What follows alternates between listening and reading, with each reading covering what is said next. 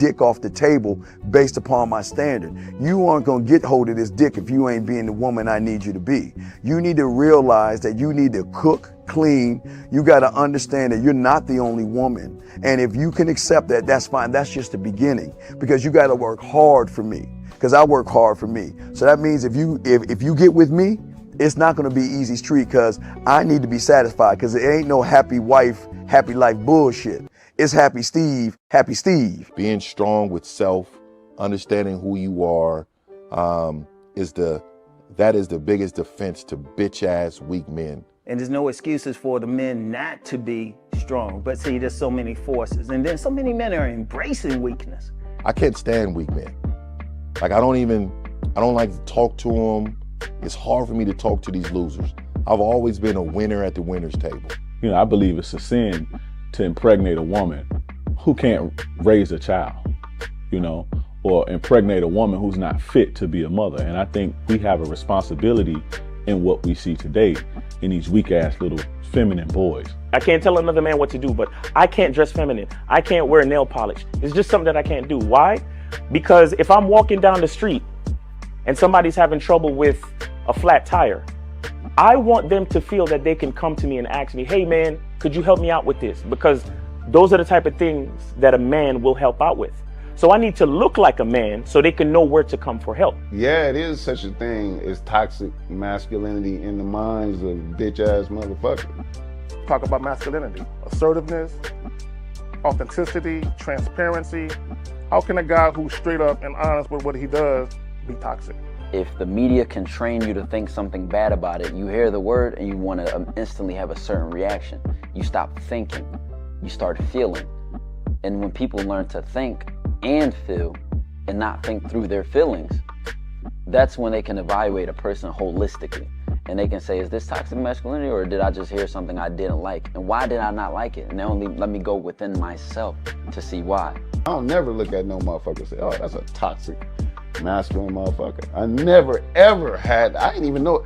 That was an invented concept from a weak motherfucker that was like, I'm just tired of this motherfucker trying to tell me what to do and bully you over me with this bullshit. What's going to make you successful is just understanding who you are and getting your mind right and being happy with who you are. That is the thing that's going to really make you successful. Because after you get all the toys, after you get all these things going on, you've had sex with all the women you want to have sex with, you traveled all the places, you're still going to be you, and you're going to always come back to you.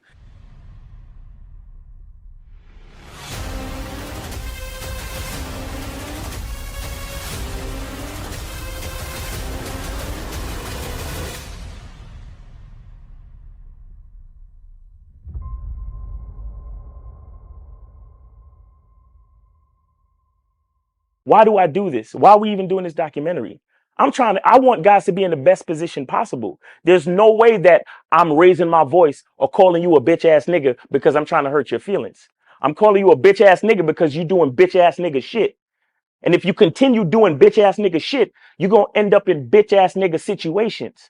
You get what I'm saying? So when I call you a bitch ass nigga, trust me, it's because I love you. Game Kings 2, the definition of man, is out right now. Click the link below or go straight to masculineidentity.com to get your copy today. Still ain't getting women? Really? Come on, son. You need to go to badboymembership.com and step up your game. What's up, y'all? It's your boy, Mr. Locario, the bad boy of the dating game, and I'm telling you that if you really want to attract beautiful women, you need to go to badboymembership.com. This is where you get 45 through 90-minute step-by-step dating advice tutorials every month. Just sign up, follow the advice, and you'll get the women you want. Go to badboymembership.com. That's badboymembership.com. It's your boy, Mr. Locario, the bad boy of the dating game, and I want to tell you about my documentary, Game Kings, the definition of game, starring myself, the Boss Mac Topsoil, Rosebud, Ron Wills, Miles Cunningham, and much more. In this documentary, you're going to learn about confidence, manhood, attracting women, and the definition of the game. To get this documentary, go to MrLocario.com.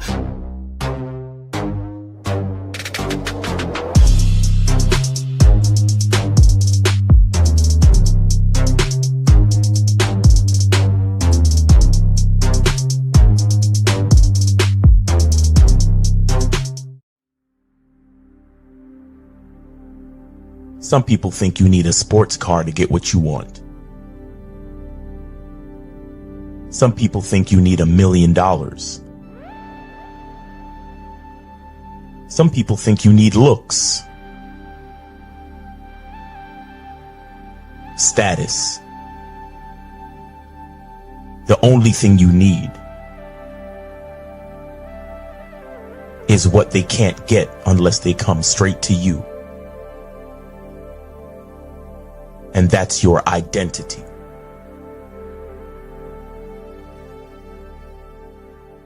Join the Masculine Identity membership today.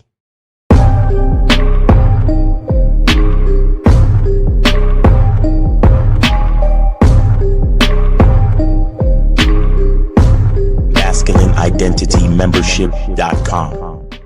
Masculine Identity Soap.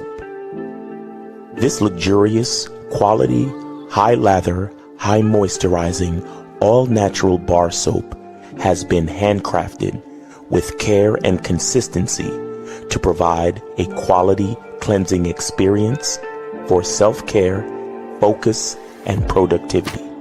Specially formulated for cold showers. Stay clean, gentlemen. Masculine Identity Soap. Click the links below to get private one-on-one coaching sessions with Mr. Locario or Miles Cunningham to step up your game. These coaching sessions are designed to help you with your specific needs in the dating game. So make sure you click the links below right now so that you can step up your game today. Yo, we here. We are here. What's poppin'? What's going on? It's your boy, Mr. Locario, the bad boy of the dating game. Shout out to everybody in the chat. Shout out to everybody in the building. What's going on? Shout out to my lovely lady, April MC. In the building. Shout out to Charlie Kiefer in the building. Aaron, Studio Horror Music, AT. Dukalex, Demetrius, Jaybird Got Game, Daxamillion, Monogamous Player in the building. Joe Blast is in the motherfucking building. What's going on? Mark Tavius, what's popping with your man? Appreciate you tuning in. Shout outs to who else we got up in the building. Tori is up in the building. Kid Frankie. Kobe Lean is in the building. June Sports is in the motherfucking building. Shout out to Aussie. Corey 2S. Jimmy Lionel is up in the building. BD is up in the building.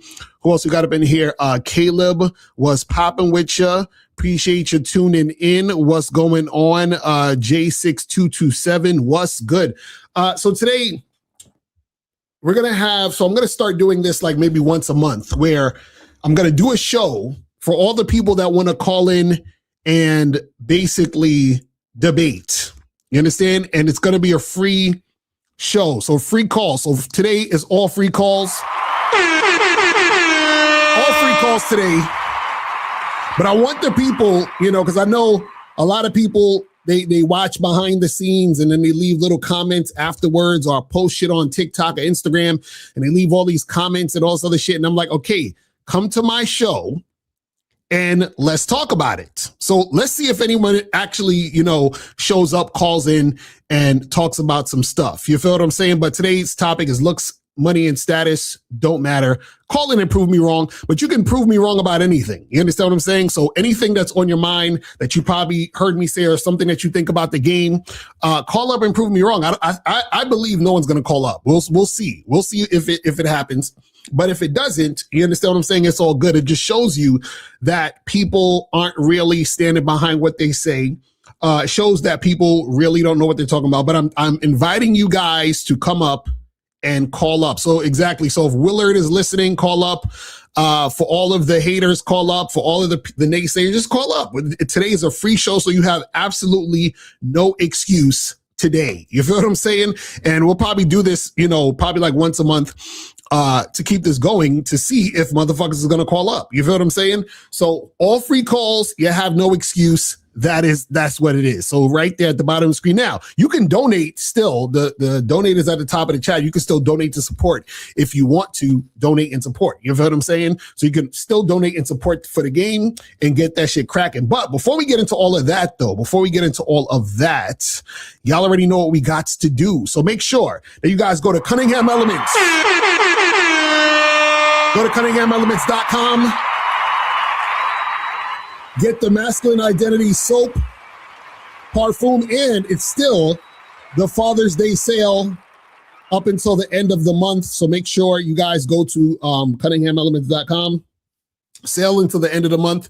So make sure you guys go and get that stuff going. Go ASAP. Go now. Make it happen. Do not wait. Do not hesitate. And we're going to get the cracking. So also make sure you guys go to shoplocario.com. Go to shoplocario.com. Get what men wish they knew about women. Get all that. All right, we already got a call. So 531 was popping. Who this? What's good, Locario? This Prodigy, bro. Prodigy, what's going on, fam? What's popping with you? I'm good, man. I'm not here to debate or give you no smoke or anything like that.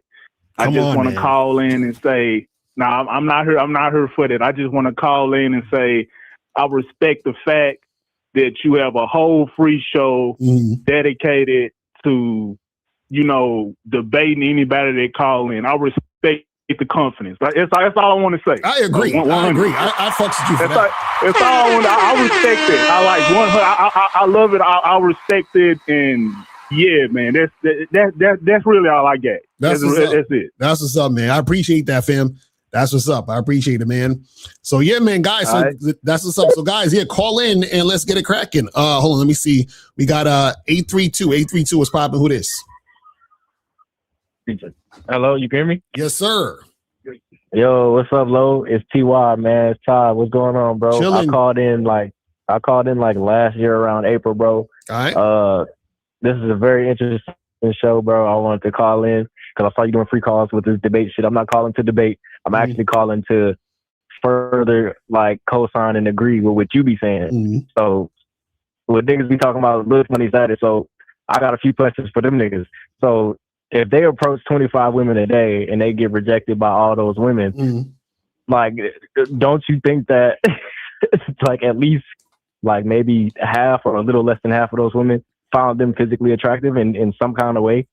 Do they not think that? Do they not, you know what I'm saying? Well, the thing is, this is what people don't understand, right? Is that, when people think surface level about looks, because especially a lot of guys, when they don't have experience dealing with women just in general, they think surface level because that's their experience overall dealing with women. So they think, man, if I looked better, then maybe I wouldn't have such a hard time getting women because I think women look good, or they say I think that, or they say I know that I'm attracted to women because of their looks. So they got to just be attracted to me because of my looks, because that's the only level of understanding they have, right?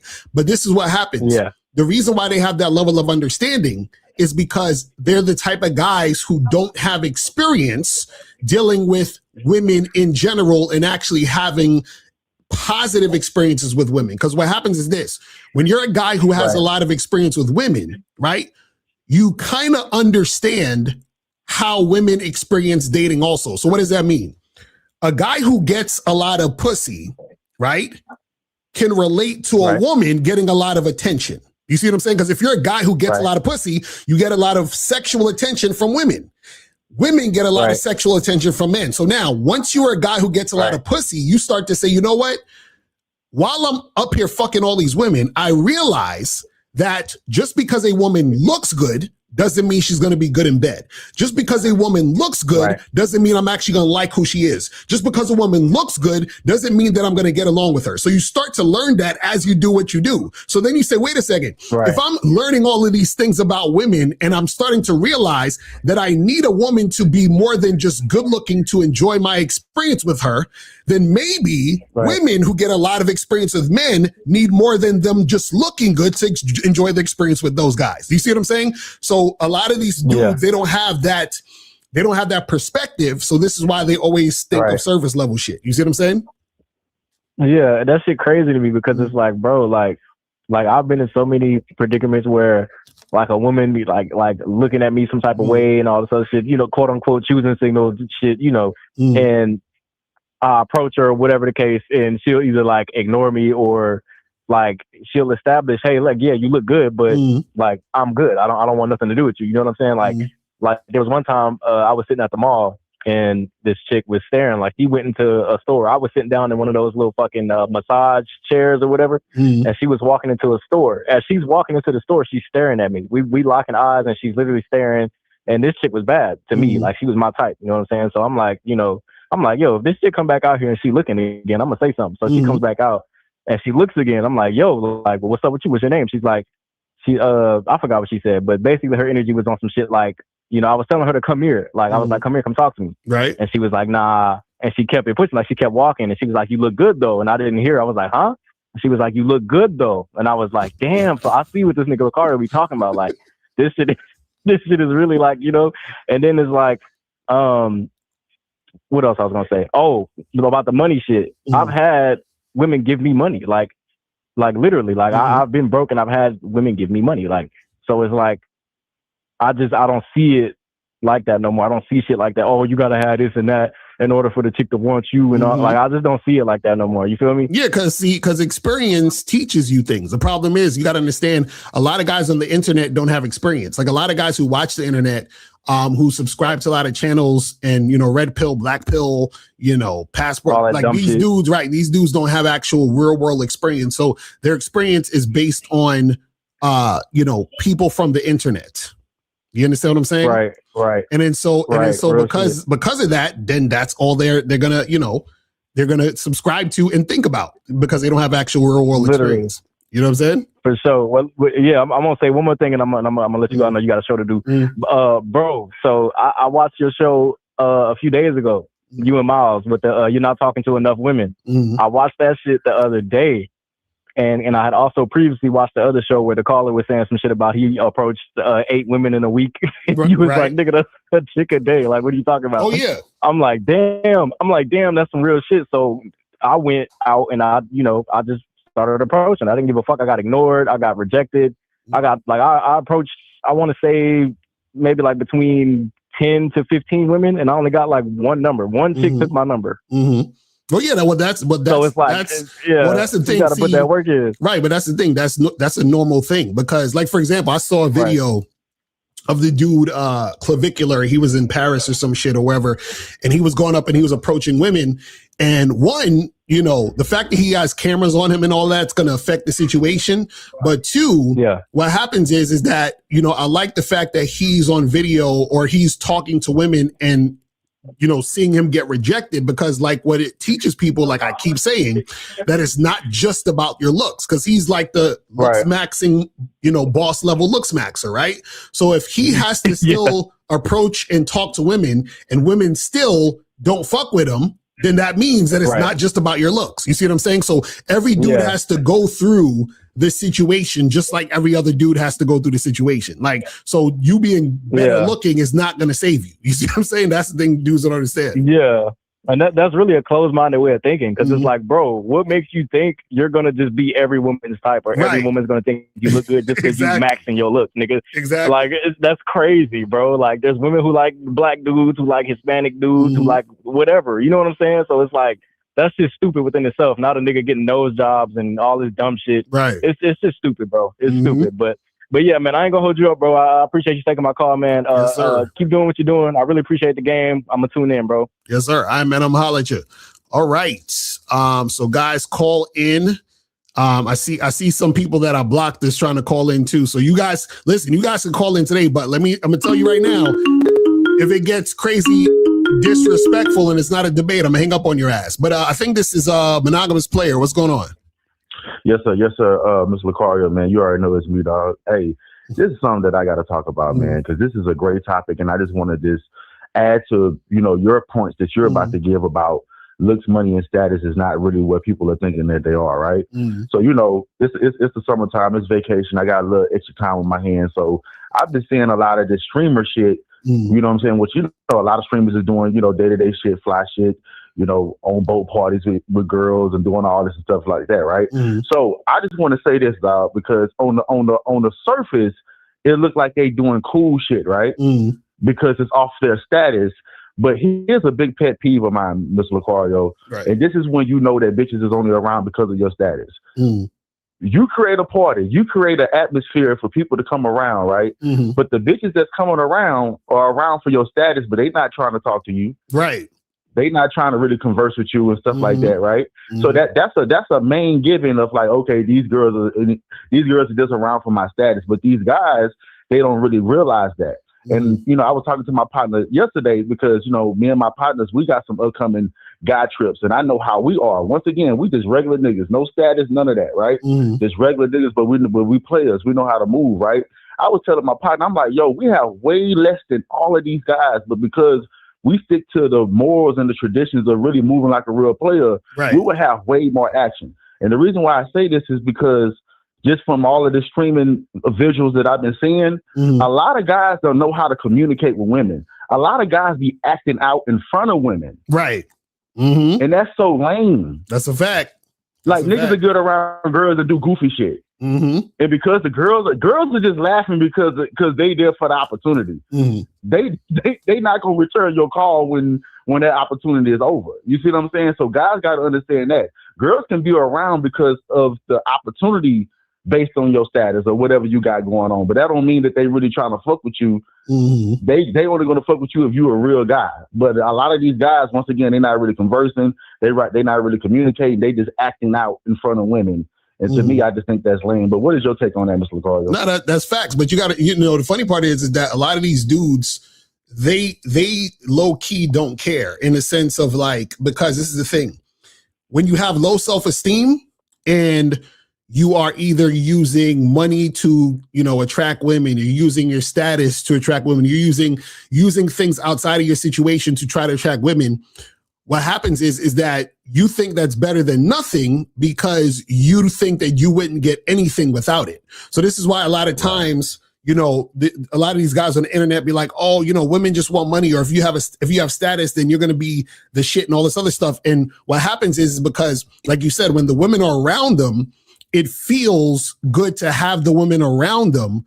But what happens is that they low-key know the women are around them for that. But then what they try to do is they try to make it seem as if this is what women actually want. So I got to get my money up and I got to have my status in a certain, position in order to get women. And if you don't have it, then you can't get women. That's kind of like the narrative that these guys do. This is why passport bros, for example, have to demonize women here to make it make sense for them to go overseas. Because listen, if all the women in America suck, I mean, I have no choice. I mean, it's common sense I should go overseas. You see what I'm saying? Like, so what they do is they create narratives to make it make sense for them to lose. You see what I'm saying? Or to be loser or do loser shit.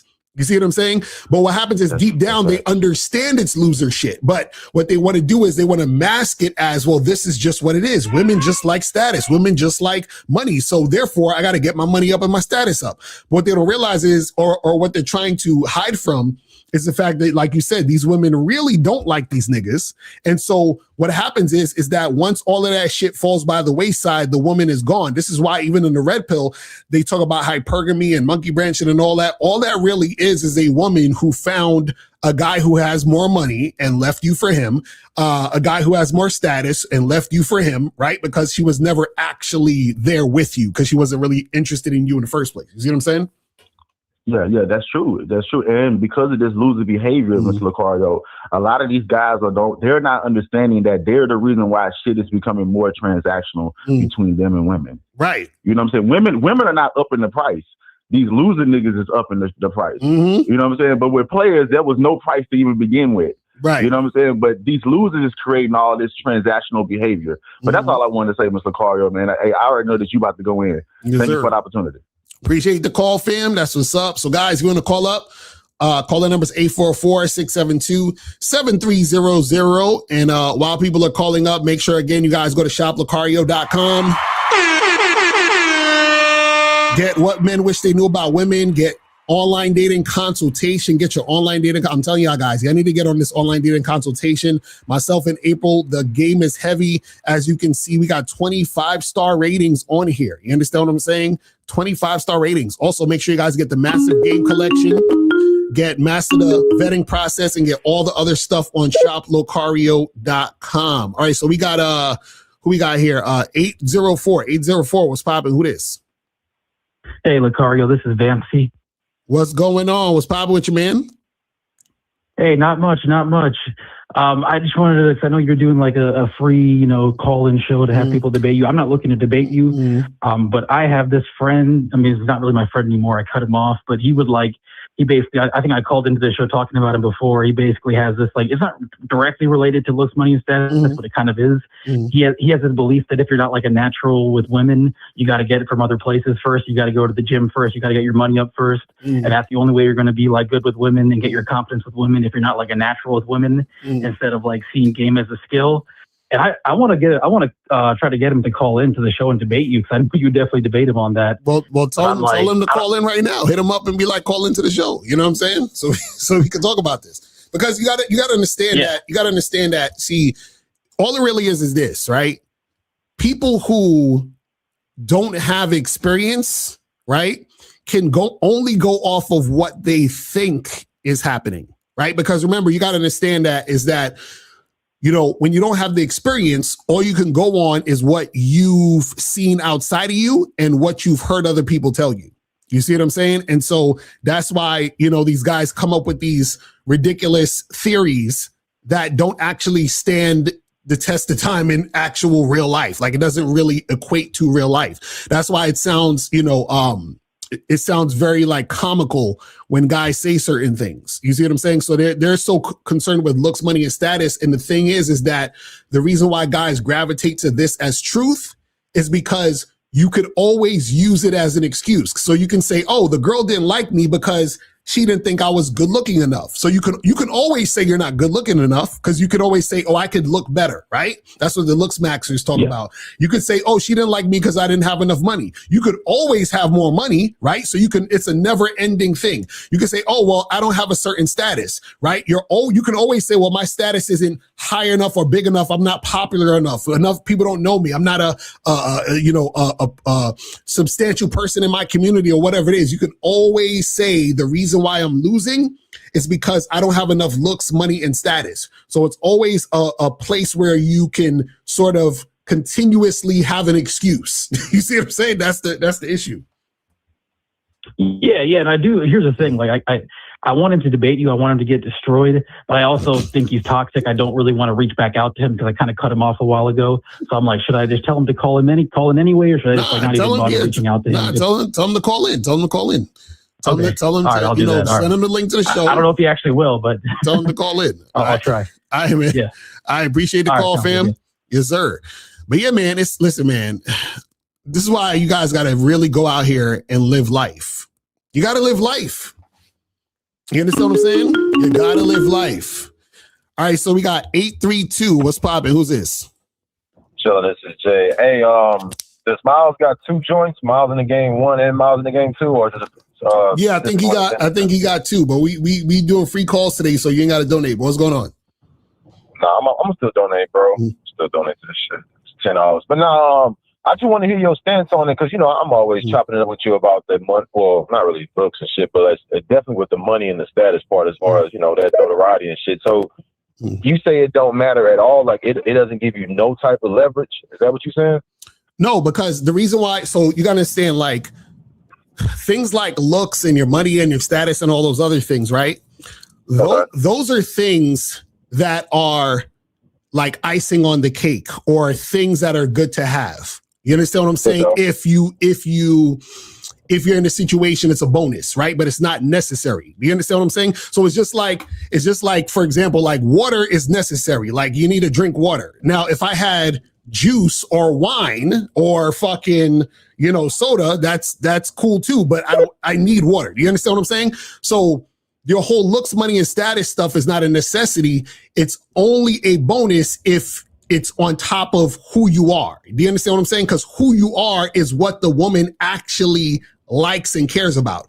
If she doesn't like and care about who you are, then she's going to worry about the looks, money, or status. Do you see what I'm saying? That's the secondary thing, because she's going to need something. So if I'm not sexually attracted to this guy, I'm going to need something. So, okay, he has money. I'll use him for the money. If this dude, if I'm not really into this guy, oh, he has status. Okay, cool. I can use him for his status so I can come up or whatever. I'm not really sexually attracted to this guy, but I can use him for his looks. I can, have him on my arm in an ego boost so I can show my girlfriends that I'm talking to this really good looking guy. Do you see what I'm saying? Like, all of these things are things that aren't necessary, right? But if you have it, it's cool. You understand? But you don't need it. And a lot of guys think they need it. That's the problem. Do you see what I'm saying? Yeah, I can agree. If a guy thinks that like he needs that in order to like get at women, like, nah, you don't really need that. It do help, you know what I'm saying, for sure. Like it's a situation like this, Locario, like the girl can be digging your game. She can love your game. Okay, cool. So with your game of you being you, you can put her, you can give her instructions. You can set up a certain way. Then you meet girl two. She kind of like you, but the fact that you get money, now she want to fuck with you. Okay, you like me for the money and shit like that because I'm balling. Okay, cool. I'm still gonna give you instructions. I still want that pussy. Now, if you don't follow the game plan, you don't get no access to the money on any level. Like, you can still use the shit with your game plan, whether it's the status, the money, the looks, the game, the fact that you speak different languages. Like, as long as you know how to make that shit work on like, as long as you know how to make that shit work for you, how you want to get it done, you can do what you got to do. But at the same time, just understand that if you know that she don't like you because, you short, but you got money, she fucking with you because you short with the money. Okay, cool, short nigga with the money. Still get that bitch instructions. Still make that bitch cook in a red dress. Still get the pussy. The bitch gonna want some money from you, but as long as that bitch do what you wanted to do, if you want to break a little piece of dollars off to her, that's on you. But you can still run the show with the money. That's all I'm saying, though. Yeah. Well, the thing is that what happens is that a woman is only going to cooperate if she's into you. You see what I'm saying? So meaning that what a woman will do if you have money and she wants to utilize you for the money is she'll basically play a role for a little while. This is why I always talk about cooperation has to be consistent. You see what I'm saying? Because what she'll do is she'll play a role to get the money. She'll play a role to get whatever your status is going to bring to her. Now, this is what I'm saying is that when a woman actually is into you, who you are is the only thing that can't be replaced. So meaning that if a woman is into you mainly because of your money, that could be replaced. So she'll just find someone with more money. If she's into you status, replace. She could find somebody with more status. Into you because of your look, you could be replaced because she could find somebody who she thinks is better looking than you. Do you see what I'm saying? This is why I was saying all of those things, because it's surface level, right? What happens is that if you're using that to attract women, you'll still attract them because all attraction is bringing someone towards you. But what happens is that they're attracted to that and not necessarily you. So that's why having game is important, because when you have game, a woman interacts with you and understands she can only get the experience through dealing with who you are versus what you have, because what you have is in abundance. You understand? There's a lot of motherfuckers with money, dudes who have status and dudes who look good, right? So because that's in an abundance, that doesn't make you special. That doesn't make you rare. That doesn't make you the real. That's not real value to her. You see what I'm saying? And in order for a woman to actually cooperate, she has to see and experience real value from you, because the value gives her the incentive to cooperate because she wants to keep the value there. You see what I'm saying? That's why a lot of guys always end up losing and being frustrated when they're trying to attract women through surface level things like looks, money, and status. But see, the red pill doesn't understand this. So what they do is that they come up with these ideologies and say, oh, well, this is female nature. No, it's female nature to use guys who don't have game. You see what I'm saying? And when you don't have game, you rely on looks, money, and status. That's how it works. Now, before I go, like, if a guy does have a game, and let's just say he a P, whatever the fuck they want to call it shit, and he get knocked by another P, will you feel like, damn, I know she was into the P, she was fucking with his game, following him, in love with the nigga, but then she came across another P with more game, more vision, better mouthpiece, blah, blah, blah. Like, what's your thoughts on her choosing up on a new P? No, that's good. That's what's supposed to happen. That's what's supposed to happen, because it's the thing. When you have game, right? there's no forcing of anything, and there's no trying to keep. See, when you don't have game, you try to keep a woman. The reason why you try to keep a woman is because subconsciously you're looking at the woman as validation, or you need her there to feel like you are who you think you are. When you know who you are, you don't need the woman there. You understand what I'm saying? So what happens is that if a woman is like, you know what, I want to go with the other dude, right? You be like, cool, have fun. Congratulations, do you. And the reason why you have that attitude is because you understand that your value doesn't come from her validation. You see what I'm saying? So the problem is that a lot of dudes, when they don't understand the game, this is why we say the game is not about women. When you don't understand the game, you make it about the women, and then you question yourself based on the woman's responses and reactions to what's going on in the situation, right? So a dude who has game never questions himself based on what a woman is doing or where she's going or how she's acting and all that other stuff, because he's already solidified in who he is and what he does. You see what I'm saying? That's a fact. So regardless of my game, the money, the look, it don't really matter, because she's going to do what she want to do regardless. But that shouldn't make me devalue myself or whatever I got going on, because she want to make a decision that she may feel is best for her. Now, if she want to come back, then, I guess that's that conversation if you want to. But I get the total concept of it. At the end of the day, they're going to do what they want to do. But whatever choice you make, it ain't got nothing to do with me, because I'm going to still be here regardless if you're here or not. So I fuck with it, man. But I still sit that money, man. Keep doing your thing, bro. Yes, sir. Appreciate the call, fam. Appreciate it. So shout out to my dude, K Zaggin in 1950 in the chat. Shout out to my dude, K Zaggin in 1950 in the chat. Make sure you guys tune into Real Game No Theory on Sundays.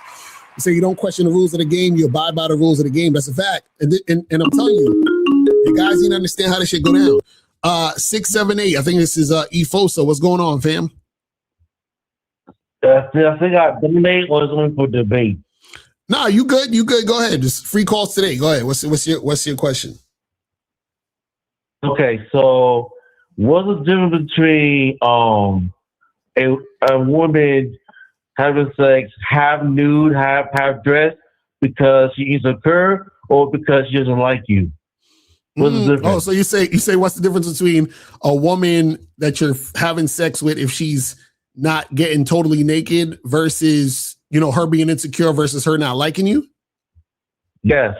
Well, this is the thing though, is that so when you're in a sexual situation, right? This is why you need to express to a woman what you want, and then see if she's responding to what you want, right? That's one. But two, there are times where a woman will express to you that, hey, like this is years ago. I had this one chick that I was fucking with, and she, for whatever reason, just didn't like her body. Now, this chick was thick, but you know how when white girls are thick, they think they fat, but she was actually like a thick chick, but she thought she was fat because she wasn't, 110 pounds, right? So now what happened was when we was in the room, she was like, oh, can we turn the lights off? Because I don't want you to to really look at my body. I don't think, and I'm like, so she was insecure. So she didn't want to really like take all her clothes off. She just had a bra on and shit still. And, some chicks are like that. But what you got to understand is that when you're dealing with a woman and you're interacting with a woman, right, you just need to convey what you want and see if that woman is responding to things the way you want it. Now, if she's not responding to things the way you want it based on her insecurity or her not liking you or whatever it is like that, none of that matters. All that matters is that you're with a woman who's not following what you want to do. And if you're in a sexual situation or you're about to get in a sexual situation and the woman doesn't want to do it, that's fine. You just end it right there, and then you escort her out nicely, bring her to her car, make sure she get her Uber, and keep that shit pushing. You see what I'm saying? But the thing is, worrying about whether or not she is insecure or if she's not really into you based on, how naked she's getting, that's not really a thing you need to worry about. You understand what I'm saying? Or think about. You understand? You just need to see, is this woman sexually interested in me? And if she is, and I am sexually interested in her, and we're on the same page and we do it, then it's all good. Now, if you have a specific way that you like to do certain things and she's not doing it that way, and that's going to be an issue for you, then you just basically charge the situation to the game. You see what I'm saying? Yeah, so I want for my woman fully nude is my preference. Okay, so then let the women know that. And if she's for whatever reason not comfortable with that, then hey, then you guys aren't compatible. You just got to find yourself a new woman. You feel what I'm saying? Yeah. Thank you. All right. I appreciate the call, fam. Appreciate you, man. So yeah, so guys, call in. Call in numbers 844-672-7300, 844-672-7300. So yeah, I want some of the people that be all in the comment section disagreeing to call up. I want the people who be DMing me talking mad shit, call up. This is the time. I don't understand. Every time when I let you guys know it's the time, then they don't want to call up. I don't understand. But let me see. 804 was popping. Who this? 804? Hey, Locario, this is Vamsy calling again. What's up? What's going on? Hey, not much. You know, I couldn't get a hold of my friend, but I'd like to debate you. But here's the thing. It's a good faith debate. I want you to destroy me. I want you to like challenge my limiting beliefs. All right, go ahead. What's going on? What's your thoughts? Yeah, so, you know, I'm out here, you know, approaching girls here and there and trying to make stuff happen, you know, getting rejected a lot. And like, I know logically, you know, like, you know, it's not all about looks and there's other factors, but like sometimes I can't help but wonder, like subconsciously, maybe it is because of my looks, maybe it's because I'm not in good enough shape, or maybe because like my appearance that day when I went out to approach wasn't like on point. So I'll be getting rejected 10, 15 times in a row. And I'll be thinking, man, if I was like subconsciously, I'll be thinking, man, if I was like good looking or if I was leaner or I looked on point, at least a few of those approaches would have been like non-rejections. I would have gotten the number or something. And I was just wondering like what you had to say. Yeah, the thing is with that happens to everybody. You understand what I'm saying? Meaning, so I want you guys to get out of your mind that you're going to say and do this magical thing that, you know, 98, 99% of the women you approach or talk to are going to, you know, give you this warm reception and throw their numbers at you and throw their panties at you. That's not how the real world works, right? So what happens is that more than half the women you approach are going to reject you, no matter how you look. You understand what I'm saying? I want y'all to understand this. That's why when you guys watch these goofy videos like King 6'8" the Great or some other videos where you have, you know, like, oh, I was just standing there and all these girls just came up to me. That's not real shit. Now, what's real shit is that most of you guys, right, when you're out here interacting with women, exactly, they be like, do this one weird trick and all these girls are going to fuck with you, right? When you're out here talking to women, more than half of them already off top is not going to fuck with you. And a lot of those reasons that it'll have nothing to do with you because you're going to run into strangers that you have no idea what their story or situation is. So you're running into women who have boyfriends already, running into women who are lesbians, running into women who just got out of a relationship and they're all in their feelings, running into women, you're not their type. It's like there's all these variables that come to a situation where you're actually out on the street in public to where you're going to get a lot of no's and resistance and all that other stuff. Now, when you actually meet women in a environment that's specific to actual dating, then that's a different story. So what I mean is this. So if you go to like singles events, if you go to speed dating events, if you hit up chicks on online dating sites, you understand? If you go to, let's say, a club at night or a bar at night, right? So those particular situations, you're actually going to get way more women who are going to be be receptive to you than randomly talking to women in the street. You see what I'm saying? Because when you randomly talking to women in the street, the variables get bigger and bigger. But if I'm at a singles event, and there's 100 women in there, right? 99.999% of them are single. You see what I'm saying? So that's the thing. You see what I mean? If I'm at the club at night and there's a bunch of chicks dressed all sexy and, you know, they half naked, they got the high heels on and they're out there doing their thing, right? It's most likely that those women will be more receptive in that environment because they're out there to meet men. You see what I'm saying? So a lot of guys, what happens is that you're not putting yourself in these situations to see this, but also if you're in those situations in the street, right? The variables get bigger. So of course, more than half the women are going to be like, nah, or they're not interested or whatever the fuck it is. You see what I'm saying? But also you got to understand it's not about just how you look, because what a lot of guys don't understand about looks is this, is that even though women will find you physically attractive, think you're cute, some women even say, oh, he's fine and shit and all this other stuff. there's also the other side of that where because they think you look good, they attach all these other things to you that make them resist you. So for example, they're like, oh, he's good looking. He has a lot of bitches. So I don't even know if I want to fuck with him. Or he probably got a girlfriend. So I'm not going to fuck with him because he probably got a girlfriend. Oh, he looks like a player. Like all these other things come with it. So it's not this, you look good. She thinks you look good. That equals her wanting you. You also got to take into account a woman's insecurity. So a woman's insecurity can make it difficult for the guy that she even thinks is handsome or sexy or whatever it is. You see what I'm saying? So it's never just this like smooth sailing all across the board. And that's what a lot of guys don't understand. You know yeah, I mean, what if you're getting rejected 10, 15 times in a row, like at a nightclub, right? Like, you know, you're getting rejected repeatedly. Like, how do you not take that shit? Like, let's say you get rejected 10, 15 times at a nightclub, right? Which has happened to me before. Like, I approach 10 girls and I get nothing. Like, is it like, at that point, is it like you should take it personal and be like, maybe it's like my looks are not up to par. Or I'm not good looking enough? Well, this is the thing. It's not about what the women are saying. See, what you got to understand is, it always goes back to how you view yourself, because you're like, man, if I got rejected 10 to 50 times, should I take that personally? That means you're doubting yourself based on women rejecting you. There's another guy who's getting rejected 20, 25 times, and he never thinks about it like that. He's not like, oh man, you know, like what's wrong with me? No, you see what I'm saying? So he's getting rejected more, but his mindset is different. So what happens is that when you run into a woman who is interested in you, right? What's going to happen is that you're going to fuck it up eventually because of your mindset. So even off the rip, so let's say you get rejected by 15 girls, you go to the 16th girl. The 16th girl is interested in you. She thinks you're attractive and y'all are having a decent conversation. What's going to happen is that even if you exchange numbers with her, right, and you hit her up and you try to make something happen, you're most likely going to fuck it up anyway because of your mentality. You see what I'm saying? Because your mentality is that, damn, you know, these women don't really like me like that. You probably think that you're lucky to even got her number. You understand? Like you're in that mentality. So when the woman experiences you, she's going to experience a guy who's not sure of himself. Whereas the other guy who got rejected more than you, when he meets a woman, the woman that is interested in him, she's going to get a better experience, right? Because that guy believes in himself. See, what you got to understand is this.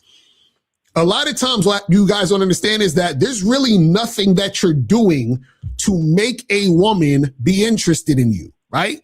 When you're out here interacting with women, what you're seeing is the women who are in alignment with you. Now, what you are doing is you are fucking shit up for yourself by doubting yourself, being insecure, right? So when you actually meet those women on the surface who are interested, it usually fizzles out. Or you approach a girl and initially she was interested and then she rejects you. Why?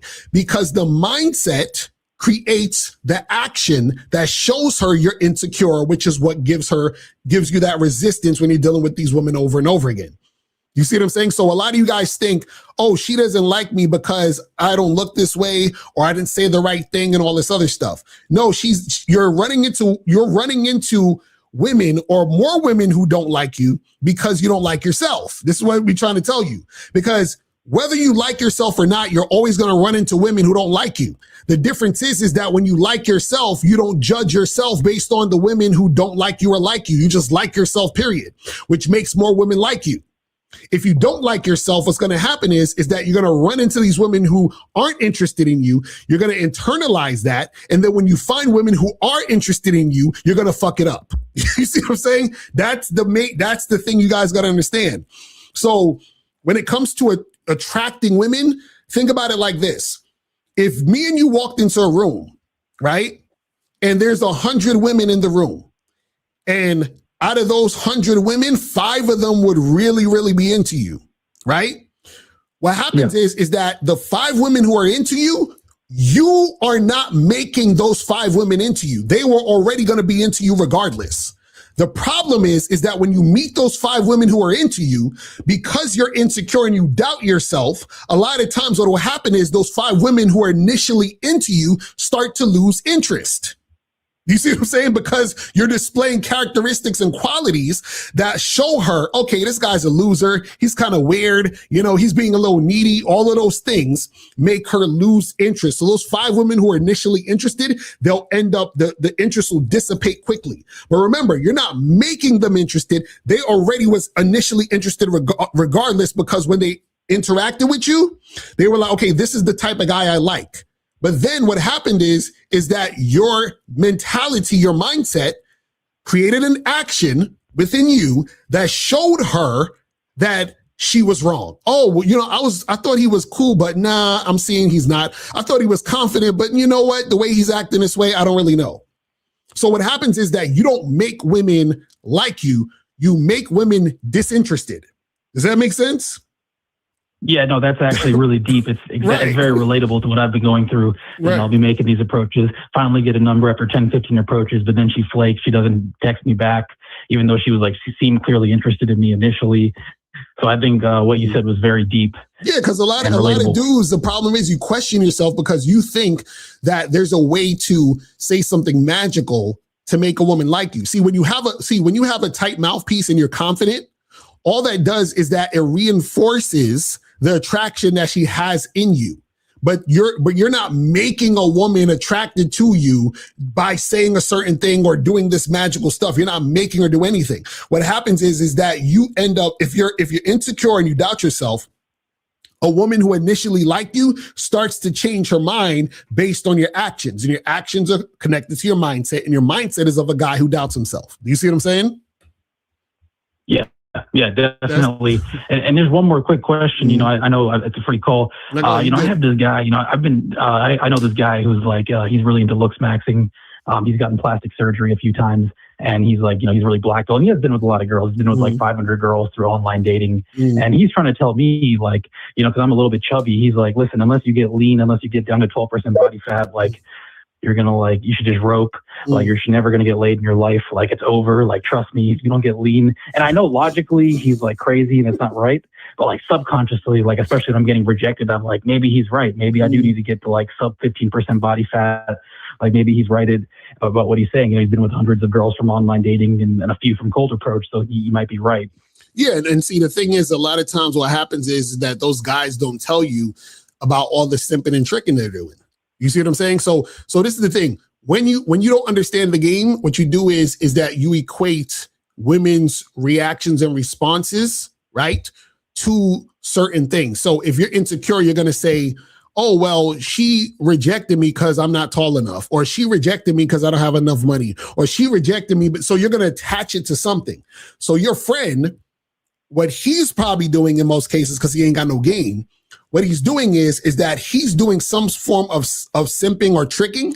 And then because he's getting a specific outcome, he's attaching it to being lean. So meaning he might meet a girl, let's say off a dating app or some shit, and he tries to set up a date, and the woman like tries to change the date on him. And he's like, let's get drinks. And she's like, well, I don't drink. He's like, okay, well, let's go to dinner. And she's like, all right, cool. So then he takes his woman to dinner, right? And then he fucking hits this woman up a few times, and then he goes out with her 2 or 3 more times, and he finally gets the hit. So now he's like, oh, see, I got to hit because I got leaner. No, you got to hit because you was chasing and wearing a chick down. You see what I'm saying? So he's going to equate him being leaner to him actually getting shit cracking. But he doesn't have any game, because if he had game, he would realize that he's not fucking these chicks because he got leaner. Right? He's fucking these chicks because he's basically begging or being consistent with trying to wear her down. Because guys who have game don't think that way. They don't think, man, you know, I'm getting this chick because I'm lean.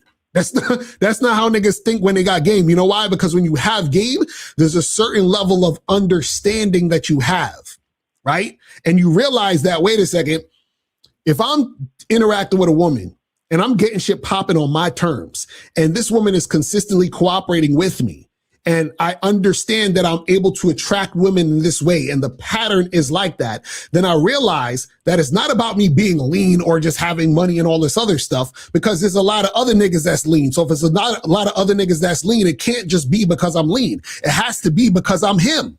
You see what I'm saying? So when you understand that you're him, right, then what you realize is that all the surface level things could never be the reason why the woman is fucking with you like that on your terms. You see what I'm saying? It's impossible because that's going contrary to who you actually are. All that surface level shit, looks, money, status, getting lean, getting all this money and having a Bugatti, and that's all bullshit.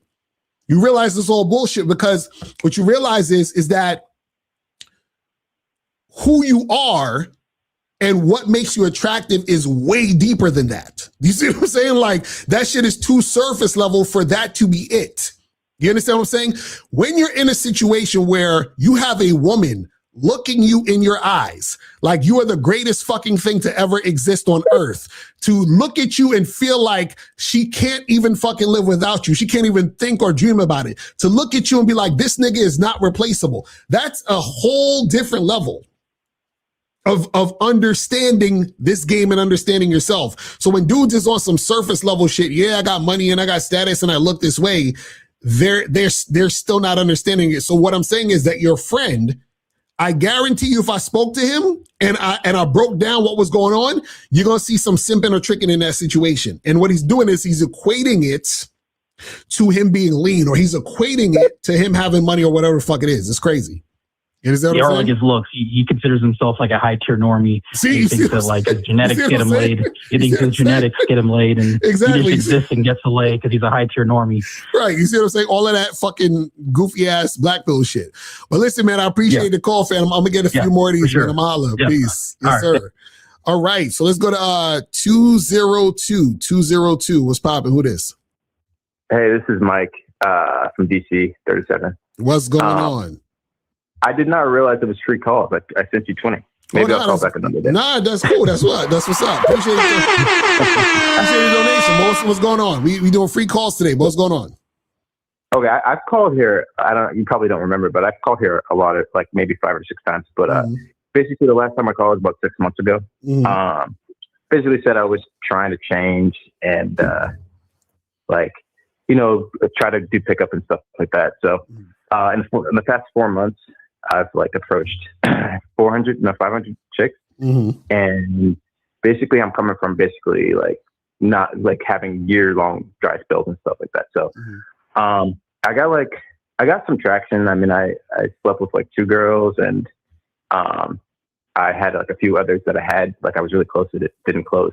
So I saw some potential.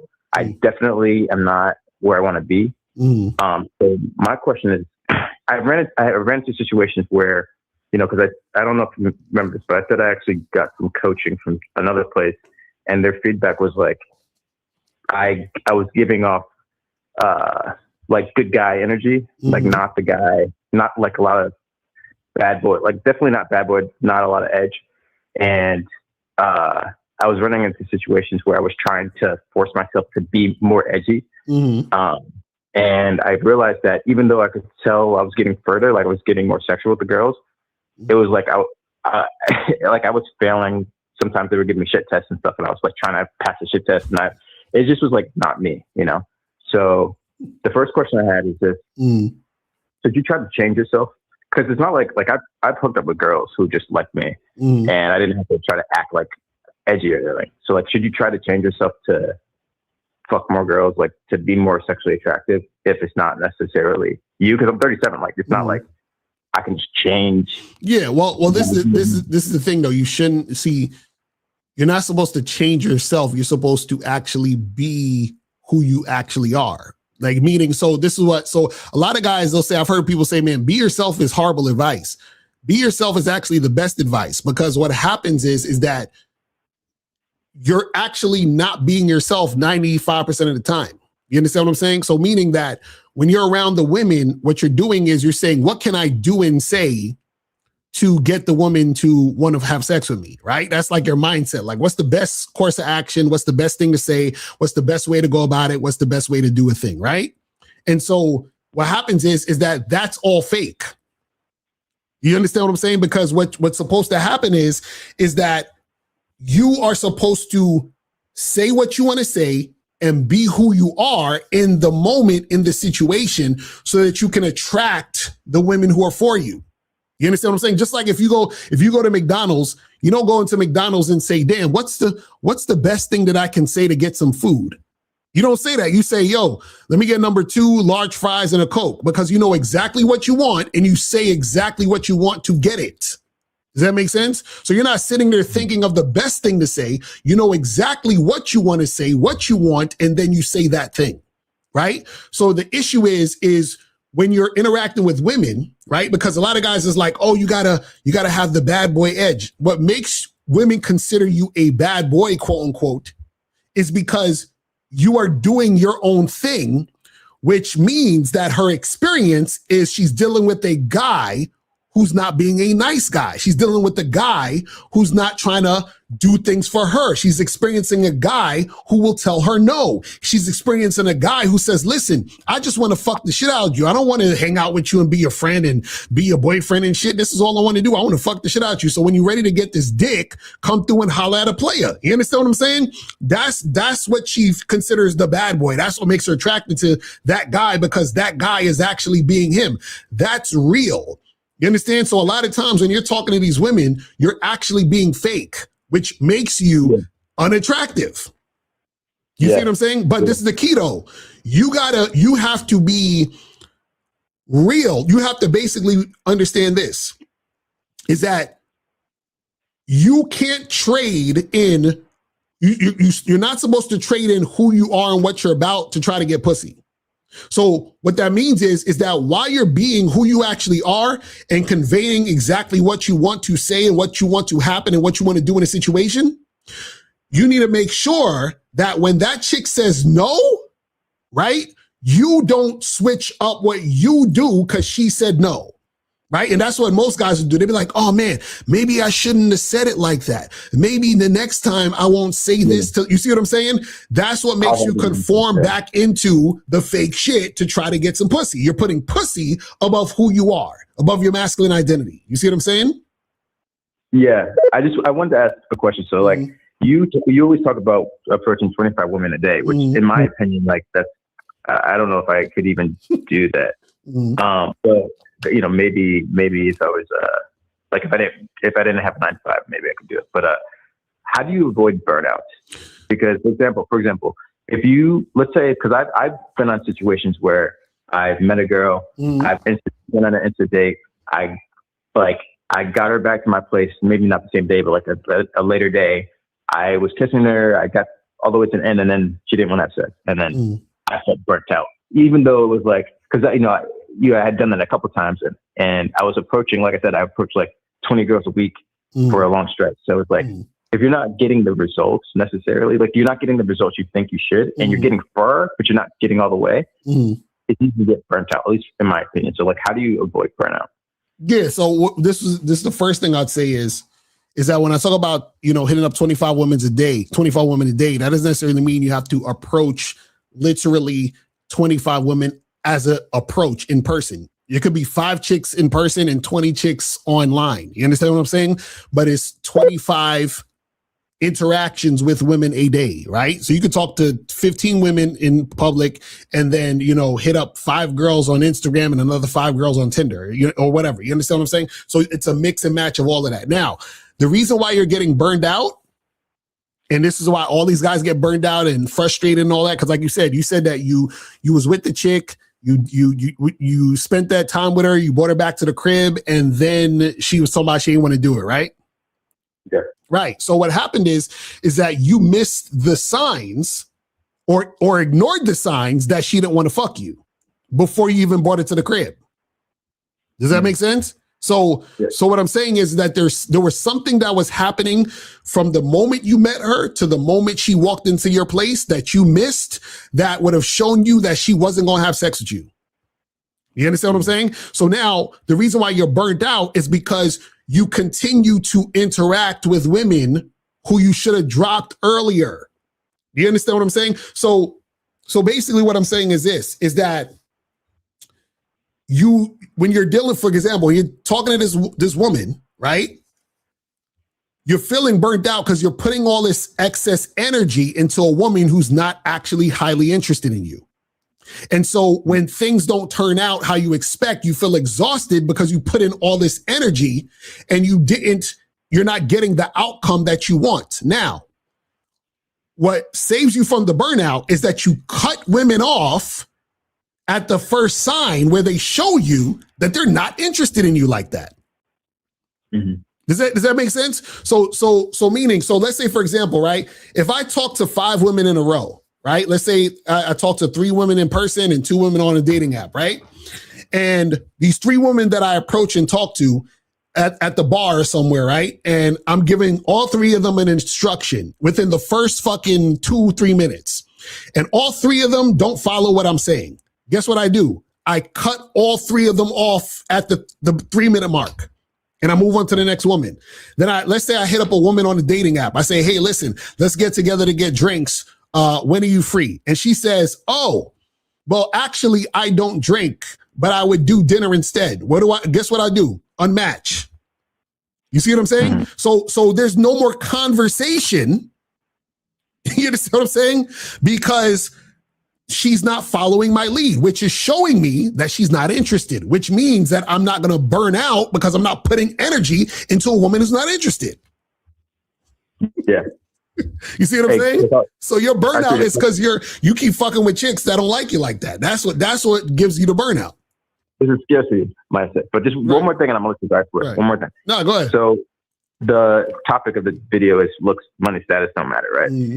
And I disagree with that, only in the sense that I'm just going to use a case study. I think it depends on what you mean. You mean like for getting sex, like they don't work, or it doesn't matter because it's not real. Because, for example, Clavicular, like he made videos of not getting girls, and then all of a sudden he became the most famous person, and now he's like everyone's all up on him. He's getting sex. So I guess my question is like, if it's just about sex, then does it matter if the girl, like if it's for fake reasons, for clout or whatever? It's like if he's getting to fuck girls, like attractive girls that he thinks are attractive, and he doesn't have to do anything. All he has to do is just be famous and then like bring him on stream and he fucks them. Like, does it matter how he gets it? Yeah, but but that's what I'm saying. He's still not getting the women. You understand what I'm saying? Like, that's what I'm saying. Like, he has countless videos where he's talking about, yo, these girls just like me because I'm famous, but then they never hit me up after the cameras are off. Or there's a video of him just now in Paris. He's hollering at these chicks trying to get him to come through, and they're all dismissing him. So what I'm saying is, what's the difference between what he's doing and the regular guy who's not famous? You see what I'm saying? Clavicular still has to talk to multiple women to get one. So what's the difference between him and another guy who has to talk to multiple women to get one? Well, he's still getting some, right? You would agree he is getting women, like at least. Right, exactly. And are you a virgin? No. Oh, so wait a second. Hold on. This is crazy. So he's getting women and you're getting women. What's the difference? Okay. You see what I'm saying? I swear, y'all think it's some magical shit going on. There's no difference between what Clavicular is getting on the back end and you. You understand what I'm saying? There's zero difference. You understand what I'm saying? None. Yeah. That's what I'm trying to get you to understand. And the funny part is that this is why I say looks, money, and status don't matter, because if Clavicular has the looks, money, and status, and he's basically getting the same outcome as you, then that means looks, money, and status don't matter. You see what I'm saying? The proof is in the pudding. It's right there. You see what I'm saying? So the fact is that a lot of guys, unfortunately, what happens is this.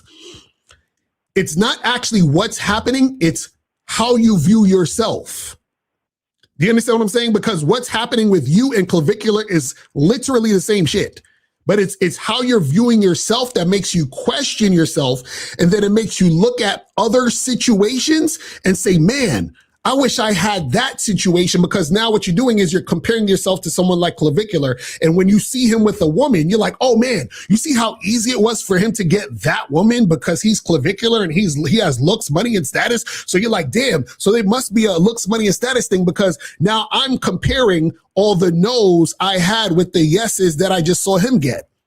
You see what I'm saying? And then you're like, it has to be the looks, money, and status, because what you're doing is you're judging yourself, right, based on the outcomes you're having with women. But notice when I said to you, You're like, oh, he's getting the women. I'm like, well, aren't you getting the women too? You're like, yes. So if you're getting the women and he's getting the women, what the fuck is the difference? There ain't no difference. You see what I'm saying? But in your mind, there's a difference, because what happens is that you focus on all the no's because you think the no's are closer to what the reality is supposed to be for you. Because you're like, well, the yeses, that I was just lucky. I had to do all this work to get this one chick out, and then she came to my house, and then she still said no. I mean, I had sex with a few of these women, but I mean, compared to all the women who said no, you understand? It seems like a little bit, and it seems like I'm still doing something wrong. So, hey, Locario, hey, Mr. Dating Coach, can you tell me the right things to say so that I can get more women to say yes than no? I'm gonna tell you a little secret. You're never gonna have more women saying yes than no. I mean, you're never going to have more. You're never going to have more women saying yes than no. There's always going to be more women saying no than yes. You understand what I'm saying? Which is supposed to be. You understand what I'm saying? Yeah. Because this is the thing. See, women are supposed to say no to you, because if women didn't say no to you, you understand? You'd be fucked up out here. Because if you had, let's say, if 98, 99% of women said yes to you, bruh, you be so fucked up out here. You understand what I'm saying? And what will happen is that you would run through a whole bunch of chicks, right? You wouldn't learn nothing about yourself. You end up getting bored. And I'm gonna tell you what'll end up happening too, is that because all these women will say yes to you and it's easy for you to get pussy, guess what's gonna happen? You will get tired of fucking all this pussy. And guess what happens when you get tired of fucking pussy? Guess what you're gonna be trying to fuck? Well, I don't know, guys. I don't know. Just think about it. Think about it. That's all I'm saying. Why do you think you hear all these celebrities? You always hear them on the download. There's a reason. Because they fuck all these women. They're like, you know what? I'm bored. I need something different. So be careful. I thought it was money, though. I'm telling you, be careful. That's all I'm saying. Be careful out here. I appreciate the call, fam. About holla. Peace. All right. I seen, I think 640 was trying to call up. 640, and I think 301 was trying to call up. 640 was popping. Who this? Like, this is Sam. What's going on, man? All right. So I just want to make a point about what you just said about clavicular, for example. What's going on? So, all right. So you said that if he gets results and you get results, that isn't that the same thing? You said that, right? Yes. But you have to think, well, what's the difference? Is that he could be getting women that are much more attractive than any of the yeses that you possibly even get. Like, even if you even get a yes, like you're getting a woman who's like 220 pounds, he's getting, and who is a single mom who has like, 2 kids. And he's getting someone who's like just in college and weighs like 115, 120, like a actual healthy weight. Okay, so let me ask you a question. Let me ask you a question. Who decides what women you get? The women do? No, I'm saying who decides what women you approach? You do, but the woman determines whether you're selected. Hold on. Okay, cool. So now, if you decide what woman you approach, why are you approaching the 220-pound women if that's not what you're attracted to? Because the guys out here who do that is the only time they ever get a yes is to women who are that type. Okay, that's what I'm saying. Whose fault is that? So what you're trying to say is, man, this guy has no choice but to fuck with the 220-pound women. No, he's choosing to talk to that woman. You see what I'm saying? So if you choose to talk to the women that you find attractive and the baddies or whatever the fuck you talking about, then you would also get the woman who's the baddie or who's the attractive one to say yes to you. You see what I'm saying? But what happens is that if you're talking to all these women you don't find attractive, right, and then you get them, that's your fault. You can't say, man, it's different because Clavicular had this girl that I saw who I thought was a 10. Okay, so why don't you talk to the 10s? So how many women that Clavicular approached that you thought was attractive that still told them no? You see what I'm saying? I mean, obviously that will still happen, but the difference would be between him and someone else who's less physically attractive on general is that he's going to eventually get a yes much more often than someone who is not and this comparable is to what him. I'm saying. So have you ever seen him on his show talk to a woman that you thought was really, really unattractive? No, because like he can set that type of standard. Oh, really? So you've never seen him talk to a woman that you thought was unattractive. So if he never talked to a woman, plus I don't really watch him like that. But this is what I'm saying. This is what I'm saying. If you've never seen him talk to a woman that you thought was unattractive, and he gets with one of those women he talks to, what is the logical conclusion? That he's going to get with a woman who's attractive? Yes. Mm-hmm. Right. So if another dude wants attractive women, why don't he just talk to attractive women? Like, well, I don't understand. And then what about if he does that and just gets nothing but no's?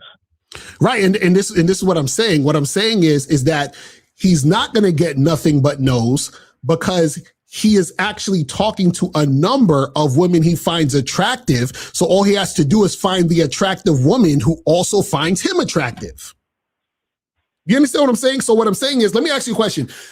Do you think that you can read a woman's mind and know exactly who she finds attractive and who she doesn't? No, but I think you can generally assume for the most part. How? Because No. Wait, I was going to bring my upper point up. I want to hear this. I want to hear this. How can you assume what a woman's going to be attracted to? Because there's like normally objective norms, especially like if you look at the country of what is generally found attractive. So basically, what you're saying is that what you're attracted to is just based on societal norms. It's not based on the individual person. So basically what you're saying is that if people in the chat name 3 or 4 celebrities, that means that me and you are generally going to agree that they're attractive on the same scale. Is that what you're saying? No, but I think that's the difference between men and women. Men are much more individualistic in their approach. They're not as much groupthink when it comes to women that are much more collective and based off of what other women think. So they generally push to the same direction. So you think women choose who they want to fuck with based on what other women think? Yeah, like a lot of times based on their friends' opinions. What makes you think that? What makes you think that? Just generally from what I've watched. From where? So you hang out with a bunch of women and they've told you this? Like, how did you know about this? No. So because like talking to them, obviously you're not going to get an answer. They're going to give the politically correct answer. They're going to usually say things it's your personality, Right. So then that's what I'm saying. So how do you get this information? That's what I'm saying. Just generally from like watching content. So watching content on the internet, that made you come to the conclusion that women are choosing based on what other women like are going to judge them for? Mm-hmm. And which content? Who told you this? What content was this? Well, there's like more than one source. There's like multiple people that discuss it generally, different topics along those lines. Okay, so women are saying this, or the men are saying this? As men are generally saying this because women are not going to really say that. They're not usually going to be that upfront and honest about that. Okay, so then this is what I'm saying. What I'm saying is, how do these men know that the guys that the women that they don't know are choosing men based on what the women's friend group want? And well, before I get to that, I was just going to say the other point is where you mentioned about insecurity in terms of women. Mm-hmm. I don't generally get where you get that because that might have been something in the past, but if like you ever seen the videos where they go up to women, they say, ask the woman to like rate themselves. Generally, they're going to give themselves a very high number, like something that doesn't even seem realistic. Mm-hmm. So that doesn't like sound something that's insecure. They have very big egos oftentimes because of the fact that they get so much free attention from pretty much anywhere, whether it's the apps do you realize having a big ego is a symptom of being insecure? I don't see the connection between that. So basically, if you have a big ego, you feel that you're very important. You're narcissistic. You're focused on yourself. Right. You think that you're more important than everyone else. Right. And what I'm saying is that's not real. So the ego is not real. That's not really you. That's what you put on. So for example, if let's say if me and you were hanging out, right? And let's say we was playing basketball and I was like, yo, man, you're a really good basketball player. And you're, dribbling and shooting and doing all this other stuff. And we go play 2-on-2 with this other, people and we win because you doing a bunch of baskets and shot. I'm like, yo, you the best. You awesome. You the shit.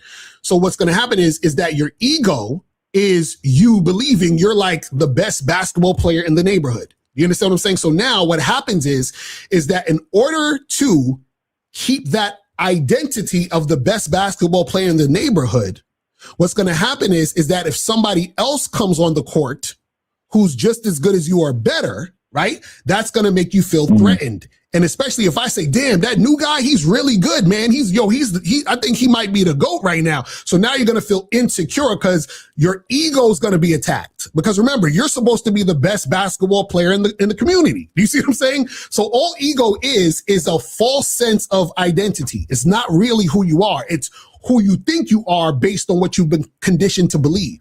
So what I'm saying is that women, when they're saying, oh, I'm this and I'm that, a lot of times it's because they're in their ego. That is when you have that big ego, it's tied to insecurity. And what I'm saying is that when you are, this is how it usually goes with women. When a woman, right? Let's say you meet a woman, she's 28 years old. And let's say she was in a relationship for 2 or 3 years. She got her heart broken, right? And when the guy left her, then she started hooking up with a bunch of dudes who are really good looking, and these niggas fucked her and just kept it moving. And she got played and she thought it was going to be something more, so forth and so on. Now, what happens is if this woman meets another guy who she thinks is really good looking, right?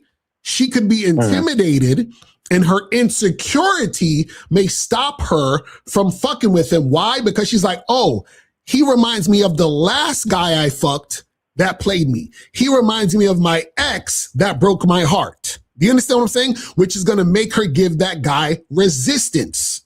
So if you're the good looking guy trying to holler at her, what I'm saying is that it's not going to just be smooth sailing because her insecurities could stop her from actually cooperating. Does that make sense? See, you guys. Okay. No, I see that. Right. But I'm saying the chances of you being that kind of guy are not very high. Like the chances of you being in the category that women would place you in that are not frequent. What do you mean? Men, that's not a frequent category that you're going to be put in. What do you mean? How do you figure? All right. So like, I know myself, like I really doubt that would ever like even happen. Like it hasn't. I mean, and a lot of other men like already know that because they try multiple times and that doesn't happen. So that kind of like proves that you are in that category, that you're not being placed. Like she's not thinking that, you are better than her.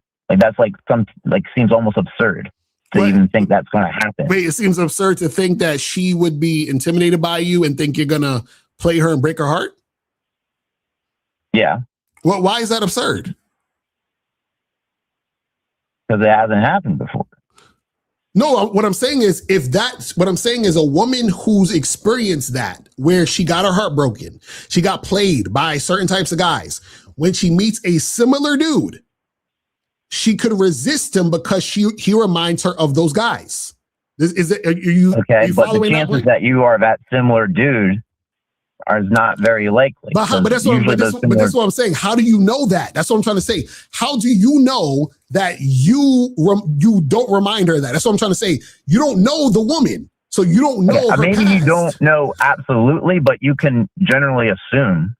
But this is what caller. Okay, let me ask you a question. How do you look? How tall are you? I'm 5'11". 5'11". You white, black, what are you? Mixed. Mixed. Okay, with what? White and black. White and black. Okay. Do you have any tattoos? Do you like how do you look? Like, how's your hair and all that?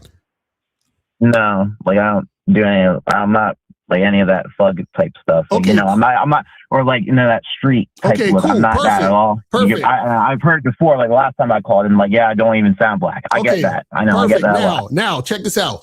Let's say you meet a woman, and her ex was mixed. and had a similar voice as you, and you're trying to holler at her, and you remind her of her ex, what do you think is going to happen? Well, I guess what the situation you described, but that's all I'm saying. That's all I'm saying. And what I'm saying is you don't know. That's what I'm trying to tell you. See, what you're thinking is that, oh, if this guy's so good looking, it's just going to override all that shit and she's just going to be floating off in the wind. Now, to be fair, there are times where a woman might meet a guy and she's like, damn, this nigga's so good looking. He's so fine. And I'm so sexually attracted to him that she's like, fuck it. He might play me, but fuck it, I'm that attracted to him. Right? You understand what I'm saying? That could happen. Mm-hmm. What I'm saying is that's more rare than the other thing that happens. You understand what I'm saying? So what I'm saying is that because a woman is attracted to a guy who's sexually appealing, when she meets another guy who's sexually appealing, sometimes what will happen is that she'll pause for a second because she remembers the other guy that she thought was sexually appealing that she really liked, who probably told her, hey girl, I really like you and I want to see you again and I want to build a life with you. That guy could have played her, and then then the new guy reminds her of the old guy. And what all I'm saying is that just because you're good looking, just because the woman is attracted to you that way, doesn't mean it's always going to be smooth sailing, because you have to take into account her insecurity. That's all I'm saying. And so what I'm saying is that a lot of guys who don't have experience, right? Y'all don't understand this, because y'all think that when you meet a woman, she's a damn clean slate. She's not. You feel what I'm saying? So I'm trying to tell you. I know that because generally, like, women get tons more experience than guys do, because generally they're going to get that as soon as they're in high school, they're getting attention. Exactly. So that's what I'm saying. But that's not like a lot of guys, more generally now speaking, because of their standards have increased, don't get as much attention. Like, you get stats like of 63% of Gen Z men being single, not bothering to approach, don't go to events because they don't get any results. Yeah, because they don't got no game. I agree with you. I agree with you. But guess what? Check this out. While all that is happening, there's still guys who have game, who's basically doing all the things. So meaning that what you don't understand is that a woman, let's say you have 10 women, right? Those 10 women are getting fucked by 3 guys. All 10 of them. You understand what I'm saying? And then there's another 25 guys who ain't getting nothing. You understand what I'm saying? That's what's happening now. So what's happening Yeah, but I think that illustrates the point that means that such a small amount are actually viewed as attractive physically. So like, no. They're sexually attractive because they have game. See, this is what I'm saying. This is the disconnect. You think that just because the guy's physically attractive, that's why she's fucking him. No, she has to be sexually attracted to the guy. Now, in some cases, physical attraction can lead to sexual attraction. But what I'm telling you is sexual attraction does not always equate to physical attraction. So what I'm saying is that those 3 guys who are fucking the women have game. The 25 guys who are not fucking the women don't have game. And the funny part is some of those guys and the 25 guys are the guys that women would consider good looking. Do you see what I'm saying? That's what I'm trying to get you to understand. See, and I understand where you're coming from, because what most guys like you think, you have in your brain this idea of this like conventionally attractive guy. And you say, well, this conventionally attractive guy, he's going to have it easy because all these women are going to like him because he's conventionally attractive, right? What you're not understanding is that while a lot of women might actually say, and not all of them, but while a lot of women might actually say he's handsome, that does not mean that those women who said that he's handsome want his dick. That's what I'm trying to get you to understand. And there's a few reasons why they may not want his dick. They may not want his dick because even though they think he's handsome, that doesn't mean that they're sexually attracted and turned on by him. That's one. 2, there's women like we were talking about earlier who might be intimidated by him based on whatever reason. Do you understand what I'm saying? So what I'm saying is that there's no one-two correlation to, oh, this guy's conventionally attractive, that equals him getting pussy. That's not how the game works. All right. So this is my last point. So I was going to make this myself because like I never bothered like really approaching like women ever really, or going to the singles events. I was considering possibly doing one. But it's really only because, like, you know, I used to be like around like 140. I'm 165 now, so I have like more muscle. So like, you know, I'm not the biggest guy, but it's like gives me, like, if you compare myself from then to now, there's a higher like percent chance. It seems more realistic to expect something. Wouldn't you agree? That makes sense. That it wouldn't really matter what I say. That gives you a better starting point. Well, if that you got more muscle now? No, because check this out. The women who like you because you have muscle, they're going to like you because you had muscle. The women who aren't into you because you have muscle are not going to be into you. So no matter which way you go, you're always going to cut off something. This is why what a lot of you guys don't understand. So for example, you said you're mixed, right?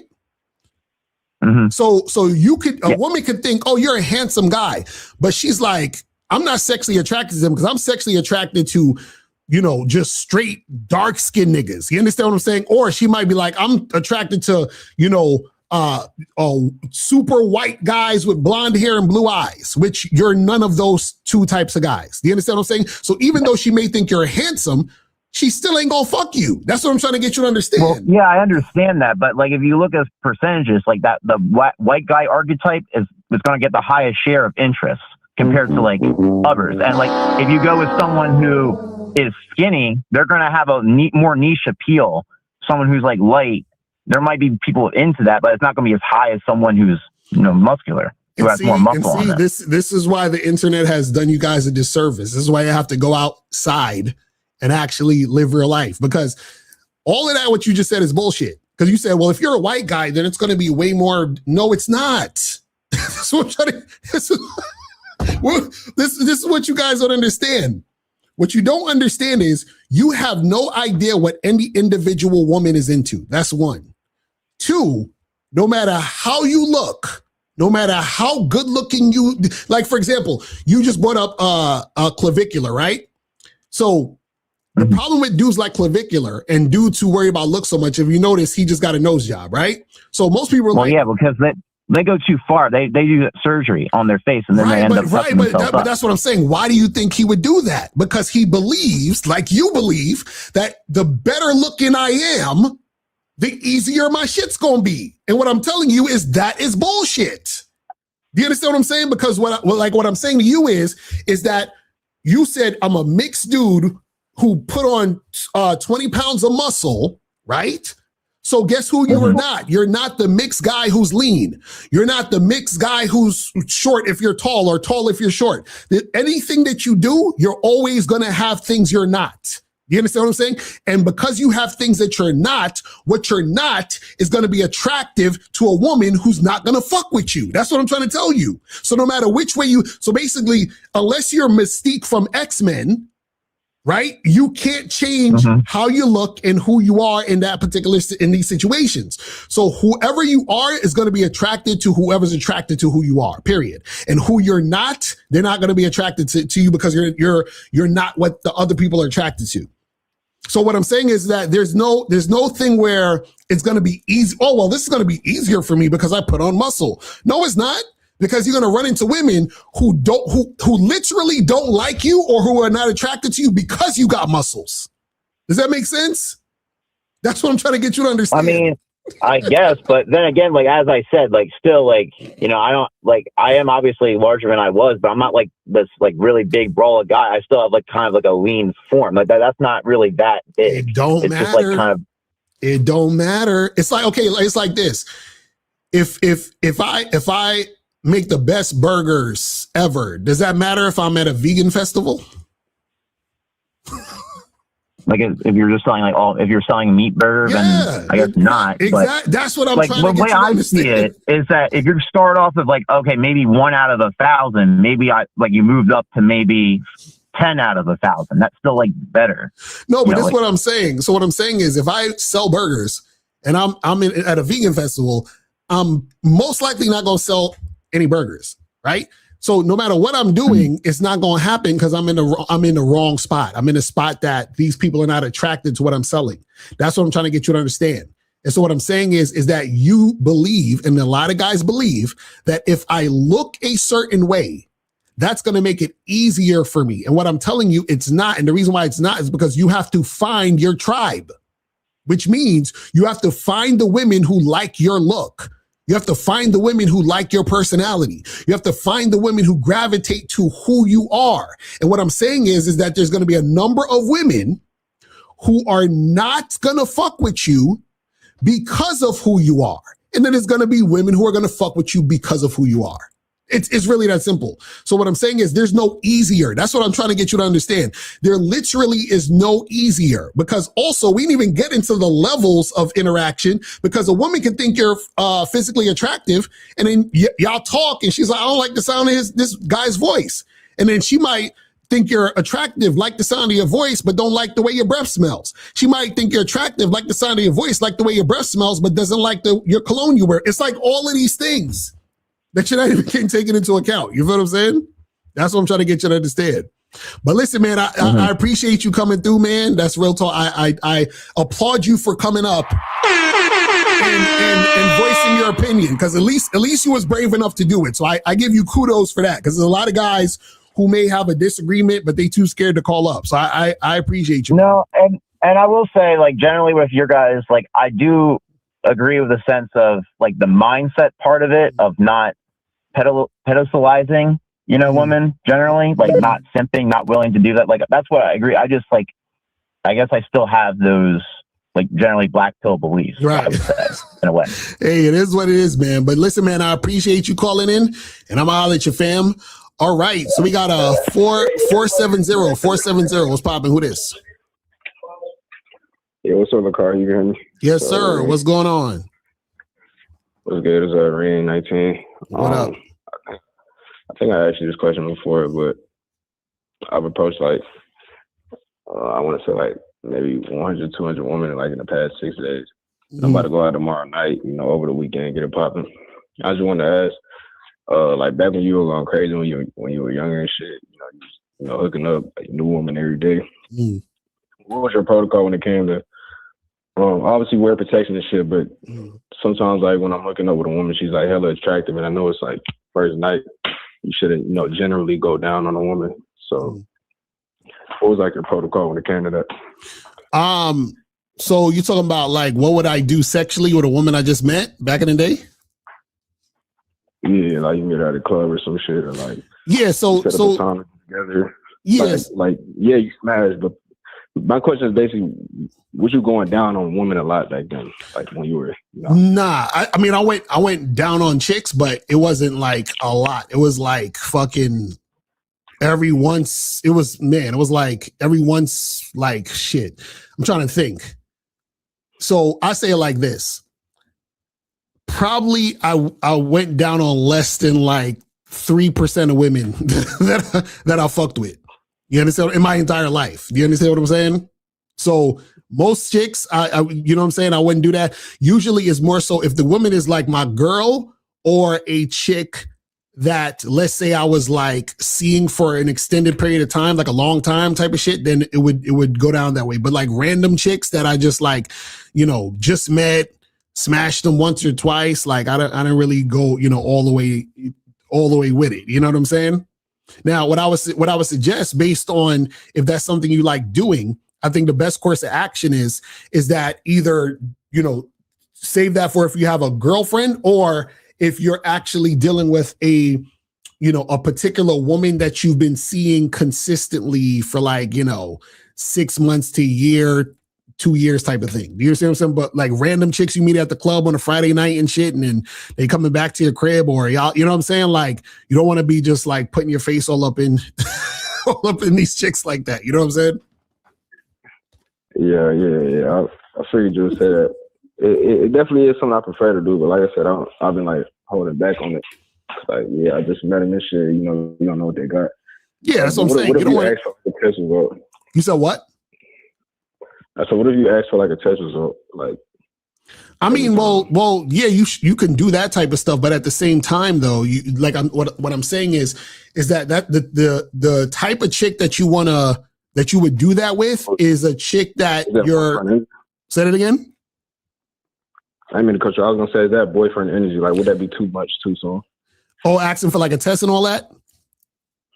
No, going down on a woman you just met. Is that boyfriend energy? No, it's not. It's not boyfriend energy, but it's it's kind of a little too much as far as what I'm saying. Your own health. That's what I'm trying to say. Do you see what I'm saying? Okay. So what I'm saying is that what I'm talking about is either a woman who's your girl, right, or a woman that you're consistently seeing, like a consistent fuck buddy that you've been seeing for a long time, and y'all have a relationship where the communication is there to where you can tell her, hey, look, you should go get tested. So I could, you know what I'm saying? So that you can actually, see what's going down. Because like, for example, there was a chick that I used to mess with years ago, and we was just fucking, and I knew her for like maybe a year and change. And so what happened was that I hit her up and I said, yeah, come through. And then she was like, oh, I don't think it's a good idea this week, because she was like, I was messing with this other dude and the condom popped. So she's like, I gotta go get tested. So I don't want to give you nothing. And I said, that's what's up. Good looking out. I was like, go get tested. Let me know what's popping. So what I'm saying is we had that relationship where it was that communication. You see what I'm saying? To where she would even say that. What I'm saying is when you meet a new woman, y'all don't have that type of relationship. Do you understand what I'm saying? So if something's going on, she ain't gonna say nothing, or you see what I mean? So you want to make sure that either it's your girl or it's the type of chick where y'all have that type of, rapport in the situation. That's what I'm saying. Okay, makes sense. All right. I appreciate that. All right, bro. All right, man. Appreciate the call, fam. All right. So guys, call up. We're going to do probably another like 15, 20 minutes and we're going to wrap it up. You know what I'm saying? We're going to do another 15, 20 minutes. We're going to wrap it up. Let me see what some of these questions are saying real quick before other people calling in. It says, should a middle-aged overweight guy with basic style focus more on game, masculine presence, grooming, and getting in shape than trying to become conventionally attractive? Well, it's funny we say she focused more on game.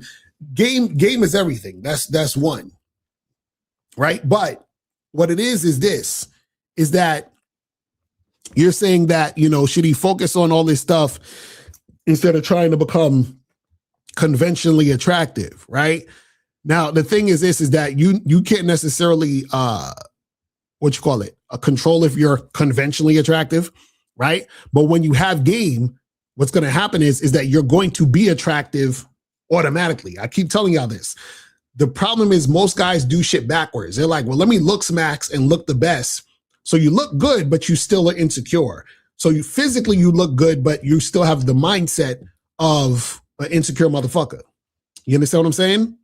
And so what happens is that you want to make sure that you have game, because when you have game, then everything works itself out. You understand what I'm saying? So what happens is that when you have game, you're going to look good. You understand what I'm saying? Notice I didn't say you're going to be good looking. I said you're going to look good when you have game. You see what I mean? And so the problem is that a lot of dudes are worried about being good looking, where that's ridiculous, because what happens is when you're so worried about being good looking and you're on this looks maxing type of mindset, it's just like the caller earlier where I was saying that you can, when you look the best, that's not going to make shit easy for you. You're just going to look the best you can based on who you are, which is a good thing. But at the same time, you want to look good versus focusing on being good looking. Because when you're focusing on being good looking, then what you're doing is that you're thinking, there's a way that I can look my way into not actually having to put in work. I can look my way into getting 98% of women. I can look my way into not getting rejected. You understand what I'm saying? So they're so focused on a woman's two eyes, they don't understand her third eye. That's a fact. You see what I'm saying? So when you have game, you're going to look good. You see what I'm saying? It says, let's see what this, 203, what's popping? Who this? It was good, nigga. This Loke. What's going on? What's popping? Hey, what's up, man? So I wanted to know if there was if it was cool to use both sexual attraction and money and status and use that to keep the women. Like you use the money to draw them in, but then you use the game to keep them there. Well, this is the thing. What you got to understand is that if you're using money to draw them in, then they're not interested in you. But what if they stay though? What do you mean? What if they stay for what? What are you talking about? Like if you use the money to draw them in, and then they stay after you sleep with them. Yeah, what's wrong with that? Yeah, because they're staying for the money. So what happens is if you lose the money, they're gonna go. So that's what I'm saying. So what I'm saying is you can attract women with money. Just understand they're there for the money. You see what I'm saying? So if they're staying because they're trying to get more money. Does that make sense? I see. So what if I went to like the club and presented myself like as sexually attractive and then showed them the money afterwards? But this is what I'm saying. Why would you care about showing her money if she's sexually attracted to you? Because in my opinion, they stay after they know you got bread. Because when I was broke, there wasn't like a lot of the women I was fucking with wasn't staying necessarily. A lot of the bad ones wasn't staying. Okay, so then, if a woman doesn't stay if you're broke, what does that mean? I mean, it means that she's trying, she's trying to be a woman. She's trying to, survive and find the nigga that had the most way to provide for her. No, that means she don't like you. That's what I'm trying to get you to understand. When a woman likes you, she doesn't need anything except for you. Like she just wants you there. You understand what I'm saying? That's why you have guys who women will fucking want them to move in with them. A bum who has no money, he ain't got nothing going on. She'll be like, "Oh, you can stay at my house. Oh, you know what? You could borrow my keys to my car. Oh, you need some money? I'll give." It's like they don't give a fuck that he not doing nothing. You understand what I'm saying? Because they like him. You understand? So what I'm saying is that if the woman's staying because of money, that means she don't like you. She likes the money. So like, let me ask you a question. If I'm not paying for pussy, but I'm using it to attract them, like, especially in the club or something like that, is that a form of tricking? Yes, you're still paying for pussy. Yes. You're just tricking indirectly. It's still tricking. But if I go on a date with her and it's not like expensive or something, like if I go to the park, let's say, that's not tricking because I'm not paying anything. But if I go and buy a coffee or even go get just a drink, is that tricking too? Because I'm just that's paying for pussy in some way. Tricking. No. You're not understanding. Tricking is when you are doing anything monetarily to get sex. So if you say to yourself, I'm gonna take this girl to get coffee because I want to fuck, that's tricking. Do you understand what I'm saying? What I'm saying is you're going to get coffee because you want to fuck. So you're paying for coffee, hoping you'll get pussy. That's tricking. Now, if you go on a date and you say, you know what, I'm gonna go on this date with this chick, we gonna get some coffee, we gonna kick it, I'm gonna talk to her, evaluate her, see if I like her, see if she's up to my standard, right? And then once you realize she's up to your standard, you say, you know what, she pretty cool, I'm gonna give her some dick tonight. That's not tricking, because what happens is that you went on the date to evaluate the situation. You weren't going on the date to fuck. Because check this out. Let's say I go on a date and I go get coffee with a girl, and let's say she wants to have sex with me and I say no. Is that tricking? No, because you're not getting the pussy. Right, and I'm evaluating her, and I told her no. She's trying to give me the pussy, and I'm like, no. So I didn't go on a date to get sex. I went on the date to evaluate the situation, and once I evaluated it, I said no. Now, let's say I go on a date, I evaluate the situation, I say, you know what? I'm going to give her some dick. Is that tricking or is it not tricking? In my dad logic, no, but if I'm just looking to get, some vagina and I see the girl and I think she's attractive and I'm really just looking to see if she's crazy or not. You know what I'm saying? Or if she's not going to fuck me over. That's what the date's for. Okay, so how do you right? So I can figure that out in like 2 seconds anyway. Right. So what I'm saying is, then if that's the case, why are you going on a date if you just want to fuck? I mean, I was just using that as an example because, that's kind of like, I was just thought it was tricking because why would I pay money in the first place then, if I could just pay money, that's kind of the example I was using. I don't know if that makes sense. Right. So what I'm saying is if you are using any type of money directly or indirectly to get pussy, you're tricking. And even to keep her there too. Yes. Like, yes. That's what I'm saying. Anything that if you're using money to gain access to women, that's tricking, period. Whether you're doing it directly or indirectly. Do you see what I'm saying? Okay. So what I'm saying is that if you because I noticed what you said. You were like, well, if I, can I get her there and then keep her there with the money? The fact that you keep bringing in money, that means that you believe that who you are isn't enough to keep her interested. Do you understand what I'm saying? So that's a self-esteem issue. I think I gotta. You from New York, right? I gotta stop going to Dykeman, Locario. Yeah. I think I'm tricking a little too much over there, but yeah, I gotta stop that. I gotta keep listening to you. So call us, yes. Just stop tricking, man. You be all right. You know what I'm saying?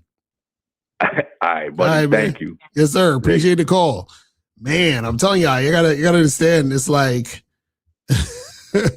Kizak said, Larry, you're not looking to see if she's crazy. You're talking about spending money to attract and keep women. Exactly. Just be like, I'm trying. And I was going to ask him, how you know if she's crazy? Because these dudes just be saying shit.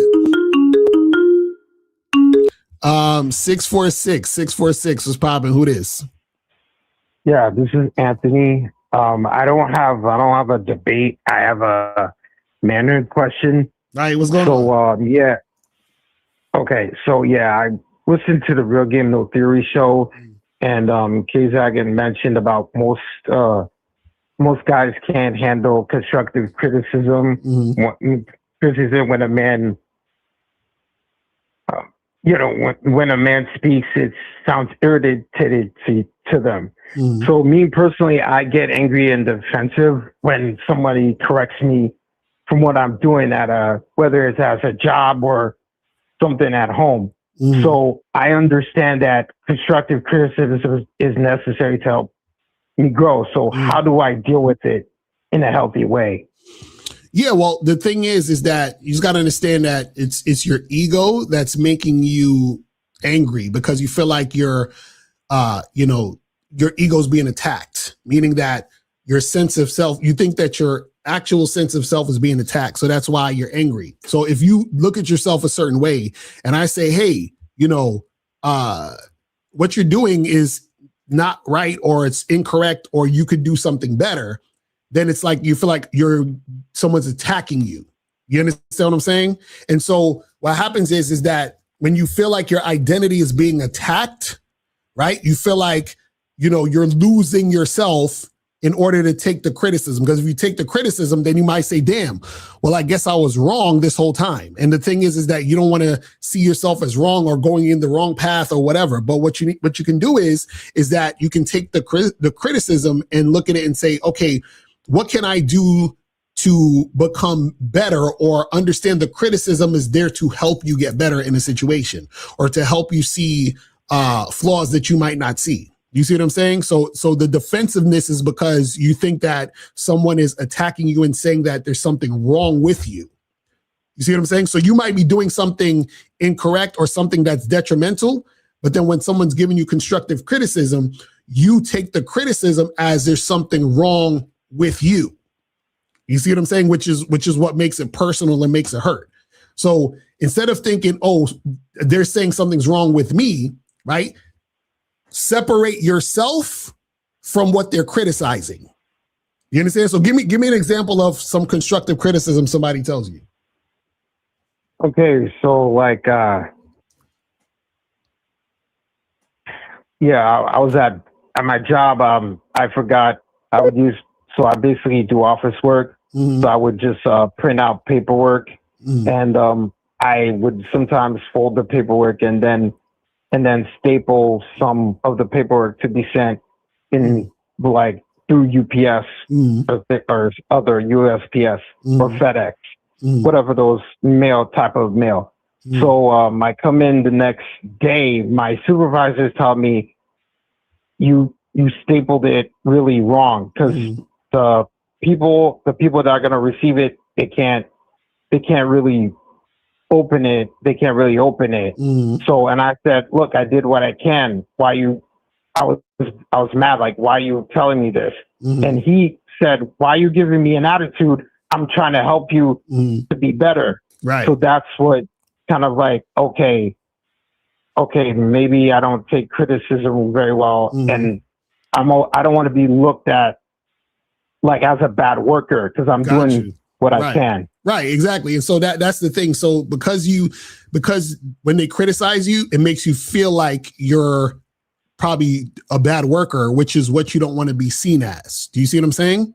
So what it is that you just have to separate what they're criticizing you for, separate that from your identity and who you think you are. So separate that from, so you're saying, man, I don't want to be seen as a bad worker. What you do is you say, okay, me doing these things, right? Or them, criticizing or trying to make this better doesn't reflect on who I am. You understand what I'm saying? We're just talking about the papers and the staples, right? So just look at it as the papers and the staples and take it away from your identity. So understand that your identity is not about the staples and the paper. That's just something that you're doing at work that needs to get done. You see what I mean? And so when they say to do it, don't look at it as like, damn, they hate me. They think I'm a bad worker. They think I'm doing a bad job. All you do is you say, hey, you should have stapled it this way. This would be a better thing because the way you staple it is wrong. All you look at them and say is, hey, you know what? Appreciate you letting me know. I'm going to do better next time and make sure we got these the correct way. And that's it. You feel what I'm saying? So at the end of the day, don't take it personally. You see what I'm saying? So you want to make sure that you're not taking any of this personally. You understand? Shout out to Abel. She said, it's not the action that makes you a bad worker. It's your reaction to feedback that makes you bad. So it's your reaction to what's going on that makes it an issue. Do you see what I'm saying? So, yeah, I understood. Right. So you got it. So this is the thing. What's going to help you out is when someone's giving you constructive criticism, think about it this way. Think about it like they're not criticizing who I am. They're criticizing what needs to get done. That's it. So what it does, it takes you out of the criticizing. You see what I'm saying? Because right now you're like, damn, they're criticizing me and they're getting mad at me. You feel what I'm saying? So you're making it about you. So instead of making it about you, make it about the work. So they're not criticizing who I am as a person. They're criticizing the actual work that needs to get done. Do you see what I'm saying? And then so now when you look at it that way, you say, okay, cool. Do you like, thanks for letting me know how the work needs to get done. I'm going to get it done that way. And we're going to be good. Do you see what I'm saying? And so what happens is that when you have the conversation with your supervisor, right, that's going to even make the supervisor see you as a great worker. Because if you say to your supervisor, you say, hey, supervisor, you know what? Thank you for letting me know this. I appreciate that because I want to make sure that I'm stapling the staples right and getting everything correct so that we could make sure that we get in progress. So I appreciate that. Right. And then so what's going to happen is that your supervisor is going to be like, oh, you're welcome, and the energy is going to be different. You see what I'm saying? Because right now the energy that you're giving is negative. You see what I'm saying? You're giving that negative energy, which is going to make them have animosity towards you as a person. You see what I'm saying? So you want to separate what needs to get done from who you are and taking it personally. Does that make sense? So again, it's something that you're going to have to practice. Is not, because, you're probably so used to being triggered, right? But there's something you got to practice. So the next time when they criticize you about something that happens, think about what they're saying about the thing and leave yourself out of it. You understand what I'm saying? And then when they tell you, hey, you forgot to put these in the mail, next time, remember, you got to put these in the mail on Friday. You say, oh, hey, you know what? Thanks for reminding me. I appreciate that, because I want to make sure I get everything done. So I appreciate you telling me that. And that's it. And you keep it pushing. Okay. Yeah. Yeah, I understood. Thank you for the, yes, sir. Thank you for the feedback. I appreciate it. Yes, sir. All right, my brother. See, just like how you said that, you see how you just said, thank you for the feedback? That's exactly how you do it with your supervisor. You see what I'm saying? That's it. That's all you got to do. That's all you got to do. All right, caller? Yes, sir. All right, thank you. All right, appreciate it. Yes, sir. All right, so I think 347 was trying to call, so we'll probably get 347 as the last call if you call back, and then we're going to wrap it up. Let me see what's questions. Oh, we got 506. Goddamn. Okay, last call, 506. What's poppin'? Who this? Hey, what's up, Locario? This is T from Canada. What's going on? What's going on?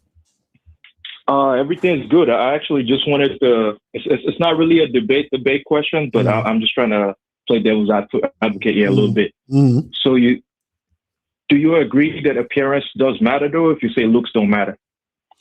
What do you mean by appearance? Like how you dress and all that other stuff? Yeah, like the old presentation. Mm-hmm. So you like looks. Okay, I consider looks like a component of appearance. Mm-hmm. It's just one part of it. Yeah, but your style, like your everything. Well, the thing is, you got to remember when I say looks don't matter, and I'll actually talk about this in a book, right? When I say looks don't matter, I'm saying looks don't matter in the sense of how most people think looks matter. So what most people think when they say looks matter, they think that it's all about looks and pretty much nothing else. Like if you're not a good looking guy, it's over for you, or looks are the main thing. So if you're not good looking, then you're not going to get a girl, like shit like that. That's when we're talking about looks don't matter. Now, when we talk about appearance, right? And as far as like how you put yourself together, how you're dressed, right? Just how you appear in general, right? That actually is more important, right, than how you naturally look with your face and all that other stuff, right? Because what happens is that based on your appearance, right, your appearance can make you more attractive. So, for example, a guy who, let's say, for example, he, is a guy who most people would consider regular, average looking guy. Like he's not like, this supermodel guy, but he's decent looking. What happens is that if he dresses really well, right? Him dressing really well and having that appearance automatically is going to make him more attractive. And then that's going to make women more receptive to him just based on the appearance. Do you see what I'm saying? Because you got to understand how important appearance is. For example, why do you think so many people, like when Kevin Samuels blew up, why do you think so many people gravitated to Kevin Samuels? Part of what made people gravitate to Kevin Samuels was his appearance, because Kevin Samuels, appearance, he's like I'm an older gentleman with the suit looking. You understand what I'm saying? So based on how he looked, that also helped people want to listen to him because they're like, this guy, he looks sharp as hell. You understand what I'm saying? And so that was part of what made him actually all the shit stick. You understand what I'm saying? So his appearance of how he appeared, right, worked with the marketing of who Kevin Samuels was. Do you understand what I'm saying? So that's what you got to understand how, 100%. Right. That's what you got to understand how important appearance is, because what happens is that the appearance sort of puts a story in the person's mind of who they may think you are or how you appear or whatever. And the thing is that when you approach women, right, and you have a great appearance, what happens is that women will gravitate to you better, right? Because they're like, oh, this guy who looks sharp, who looks put together is approaching me. You see what I'm saying? And so that makes her feel better about herself. You see what I mean? So if you're a guy who's looking sharp, right, and you approach a woman, that woman's going to be more receptive to you in general just based on that. You understand what I'm saying? So you got to understand how that all that shit works. No, I don't disagree on that. I was just posing that because looks are still somewhat a subset of like your appearance, right? Like, okay, let me try to let me go with the burger analogy, right? Let's say, like you said, we're in a spot where people do eat burgers, not vegan burgers, like actual burgers. And you like nice, maybe Angus steak burger or something, right? And somebody goes from like a junior burger, like a plain patty, nothing special, and they become like an Angus burger. Everything else stays the same. But basically, I mean, that's just like, and you're the customer, you want to get a burger, right? Like, you're more likely to go for the nicer steak burger. That's what I'm trying to get at, like from the perspective of the looks being a component of your appearance. Yeah, well, like even if you got your style and everything right, like, but if you improve something, and I'm not saying nothing crazy like clavicular and surgeries and shit like that, maybe you get a little bit leaner or something, and or you grow a beard. I'm just, you find something that just gives you that little bit more. Like, wouldn't that be considered like, a different? Wouldn't that make a difference? That's what I'm getting at. So you're saying that if your appearance is on point, the way you dress and everything, but also you're like working on looking like your look as far as your face and your body, you're saying that if all of that is together, would that be better? Yeah. Like everything else is on point, and then you just had one little improvement, like looks wise, right? And that could make a difference. So wouldn't that mean it matters? That's what I'm getting at.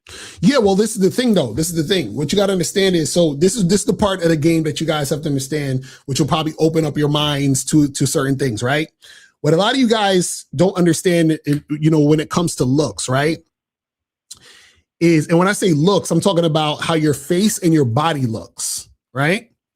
The reason why looks a lot of times cancels out and isn't like a big factor is because what makes you stand out and stick out just in general when it comes to attraction, when women are attracted to you, is difference, right? So the more there's a difference, right, the more attractive you are, because what happens is the more you stand out, because the more rare you are.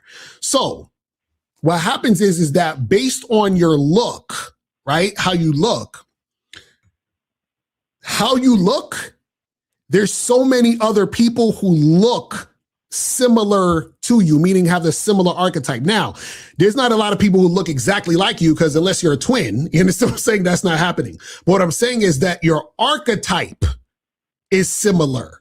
Do you understand what I'm saying? And so because your archetype is similar, that makes it less different. So in other words, based on how you look. So for example, I'll use myself example. So I'm 5'11", dark skin, muscular, right? So what happens is there's a lot of other guys who are my height, dark skin, muscular with a bald head, right? So therefore, because there's more people like that, right? Then what happens is that there's going to be, that sort of like diminishes that being different, a different thing. Right now, when we talk about how your appearance is, right? You have different archetypes of how people will have their appearance. Like even, for example, you see me with the backwards hat and I got the chains and shit. You might see a lot of rappers or some shit dressed like me, right? But what happens is that because there's so many variations in appearance, right? What happens is that that's something that you can change automatically to differentiate yourself from everyone else. Does that make sense? So what I'm saying is that there's more variation you can do to make yourself different based on how you dress and you appear versus there being more variation to how you look naturally. Do you understand what I'm saying? So what I'm saying is how I get that. Right. So that's what I'm saying. So how you look naturally, there's only so much that you can do to be different. So meaning that, yeah, you have a different face. Like I'm sure like, if I go outside, I'm not going to see someone who looks exactly like me. But what I'm saying is that the archetype is similar. You see what I'm saying? So what I'm saying is that my looks or how I look naturally, right, isn't the thing that necessarily makes me unique, except for the fact that nobody looks exactly how my face looks. But what happens is they can find the same archetype. You understand what I'm saying? So let's say, for example, if, like April is attracted to me, she might find another guy who's dark-skinned, bald-headed, muscular. You understand what I'm saying? So that's not unique to me. Do you understand what I'm saying? So that's what I'm trying to get you to understand with just the looks part. That's the part that a lot of guys don't understand about the looks, is that dudes is like, I want to get a six-pack. Cool. You know how many niggas got six-packs? A six-pack don't make you different. Do you see what I'm saying? Oh, you have clear skin. So many other people got clear skin. That don't make you different. You see what I'm saying? This is why we talk about when you have game, who you are, your masculine identity is the thing that makes you the unique. You understand what I'm saying? It's what makes you unique. So the more that a person experiences that uniqueness, which is you, the more attractive you are and the more rare you are. Do you understand what I'm saying? That's what I'm trying to get you to understand. So this is why I say just being good looking doesn't make you rare, because there's a lot of motherfuckers who's good looking. You understand what I'm saying? That's what I'm trying to get. I right. Yes, I don't disagree with that. I was just saying, like, you know, if you have one or two small tweaks to your look that improves your overall appearance, like let's say you're somewhere where beards are really trendy and popular, and you have no beard, and now you grow a beard and it just looks nicer. That's what I'm getting at. Like, yeah, but that's what I'm saying. That's what I'm saying. That if you, just like you said, if you go to somewhere where beards are trendy, right? You getting a beard is going to make you basically average. Does that make sense? So what I'm saying is, if beards are trendy and I got a beard, I'm average because that's what's trendy. That doesn't make me stand out. You understand what I'm saying? That's like, caller. That's like, if I'm chilling with a Chinese dude right now, he says, hey, I'm going to go to China, right? Versus I go to China. Who's going to stand out more, me or him? No, you're going to stand out more. Exactly. That's my point. You're going to stand, but that's part of it too, right? That's part of it. Like, you go to China, you stand out more, and like, your look works in China because you're maybe one of one in China. Exactly. That's what I'm saying. That's what I'm saying. What I'm saying is, in any situation, the difference makes it rare. So what I'm saying is that if we're all on Earth, right? What I'm saying is, me being dark skinned doesn't really mean much as far as the attraction is concerned, because if I'm talking to a woman and she's attracted to me just because I'm dark skinned, and then she gets annoyed with me for whatever reason, or she's like, man, fuck this nigga Locario.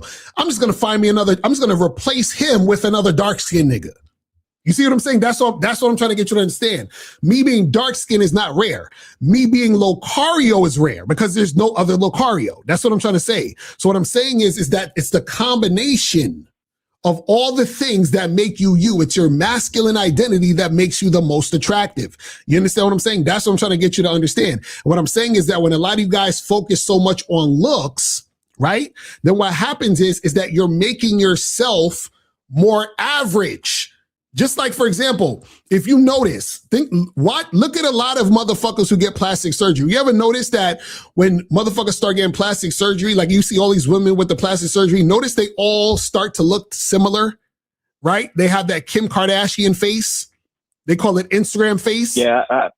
Right. You I notice, actually think it makes them look worse. Yeah. Right, that's what I'm saying. They start to look the same. They start to look similar. They're all getting the same noses and same fucking lip injections and all that other shit. They start to look the same. You understand? And the reason why they're starting to look the same is because they're all getting the same type of surgery, trying to mimic the other person, and it's fucking with their unique face, right?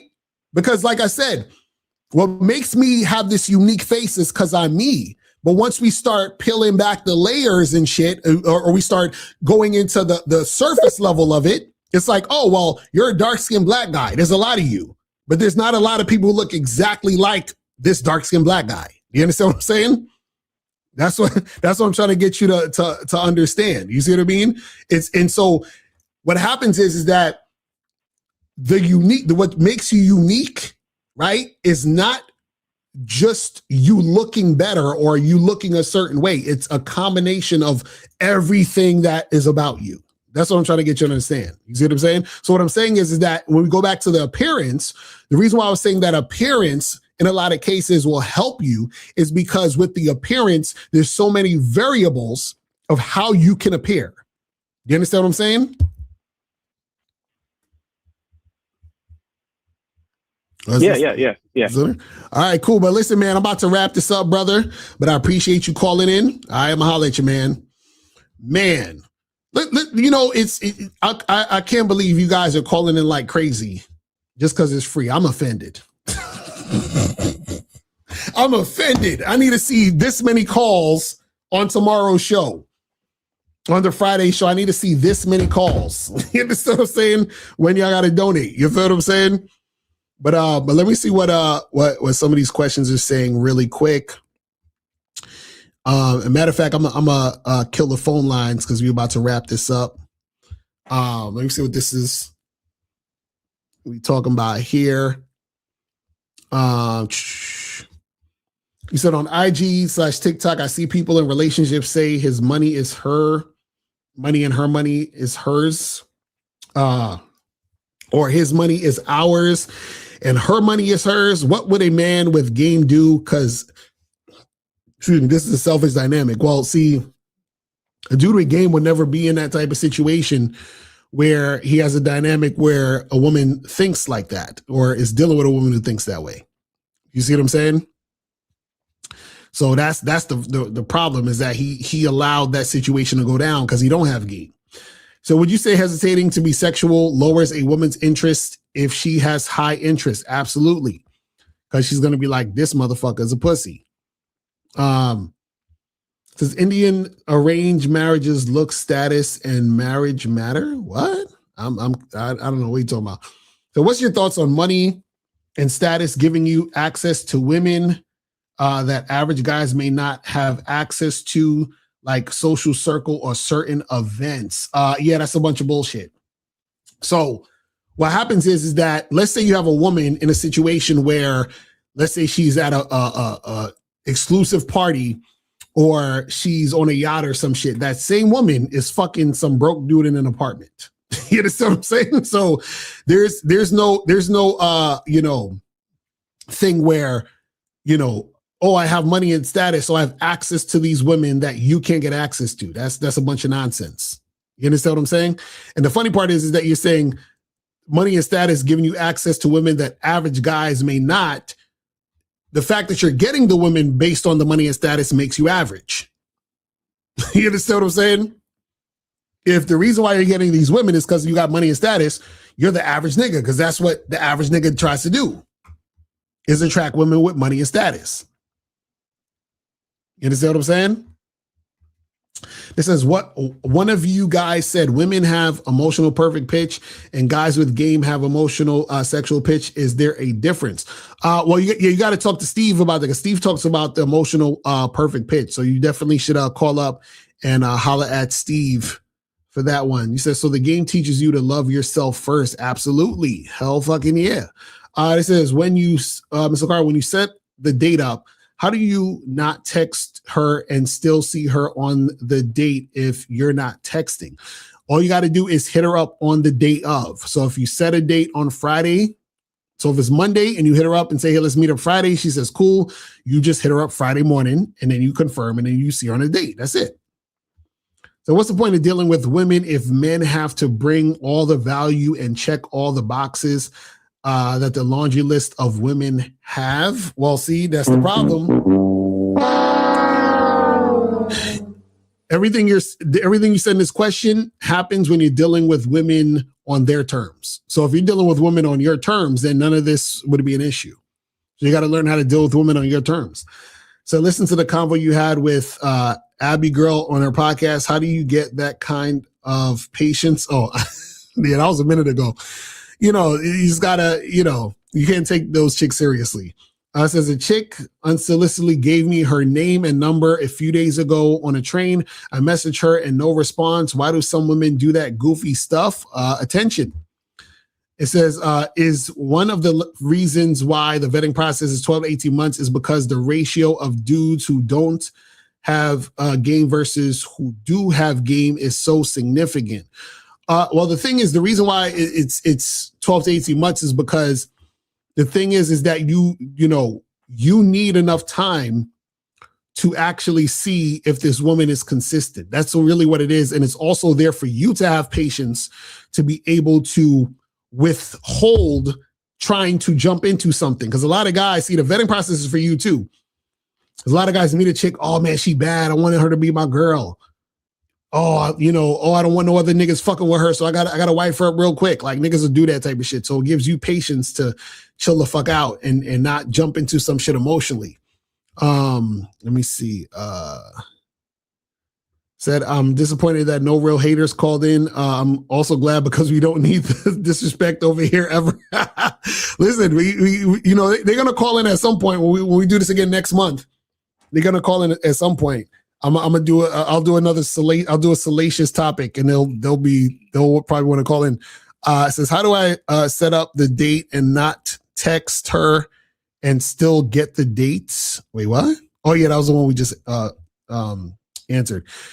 It says you get less sex if you deal with women on your terms. That is absolutely false. Hell no. So what happens is that when you're getting sex or when you're having sex on a woman's terms, right? All you're doing is expending more time and energy on the situation because it's not on your terms. So what happens is that you're not going to get less sex if you deal with a woman on your terms. The reason why you think that is because, or you would think that is because what happens is that when you want sex more than you respect yourself as a man, right? Then you give in to dealing with women on their terms. And so what happens is that you are too scared to charge a chick to the game when she's not doing things on your terms at the beginning. Right? So you're not going to get less sex. What's going to happen is you're going to save more energy by charging chicks to the game who ain't fucking with you on your terms, which is giving you more energy for the women who are going to fuck with you on your terms. You see what I'm saying? So that's the thing you got to understand. But yeah, man, that's pretty much it, man. Listen, man, I appreciate everybody tuning in. I appreciate everybody who called in, man. That's what's up. I appreciate everybody that called in to get it cracking. So again, guys, make sure that you guys go to shoplocario.com, badboymembership.com, cunningham.elements.com, and masculinitydailyMembership.com. You feel what I'm saying? And also make sure you guys tune in tomorrow for the Friday show with myself and Miles. You feel what I'm saying? And that's pretty much it, man. And I will holler at you guys later. And remember, the truth is inside you. Peace. I'm going. Now, before you go, click the link below and go to badboymembership.com. Now, badboymembership.com is a place where you go to get 45 through 90-minute audio and video dating advice tutorials every month. Listen, I know you're tired of being rejected. Go to badboymembership.com. I know you're tired of being afraid to approach women. Go to badboymembership.com. I know you're tired of not getting the women that you want. Go to badboymembership.com. Listen, I know you're tired of being alone on a Friday night. Go to badboymembership.com. Now picture this. You'll go from not getting what you want when it comes to you dealing with women to actually getting what you want, to being the guy women want to be with, women want to date, women want to have sex with. All you need to do is go to badboymembership.com, follow the steps, learn the game, implement the game, and then you will get the woman you want. Make sure you go to badboymembership.com today. Click the link below.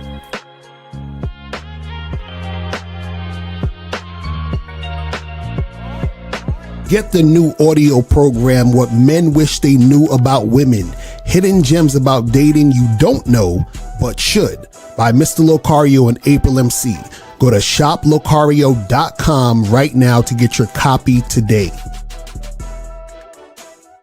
And then, yeah, I had my consultation with April and Locario this past Saturday, which nice. And it was funny because I already had dates lined up before the consultation, and then after, it just like within day, like it's just like I haven't even gotten like the new photos they suggested me to get yet, but just like all the game they gave me in that I implemented, it's just like skyrocketed within a day. So it's like how many matches did you go to? I went from getting like, I want to say like max 4 matches a day to like 10 a day. Shit. 10 a day. Yeah. That's crazy. And so like I'm booked 4 weeks out date wise right now. Damn. Yeah. Yeah. I mean, we know that there could be flakes and shit, but they're getting replaced as time goes on. So well, and yeah, that's it.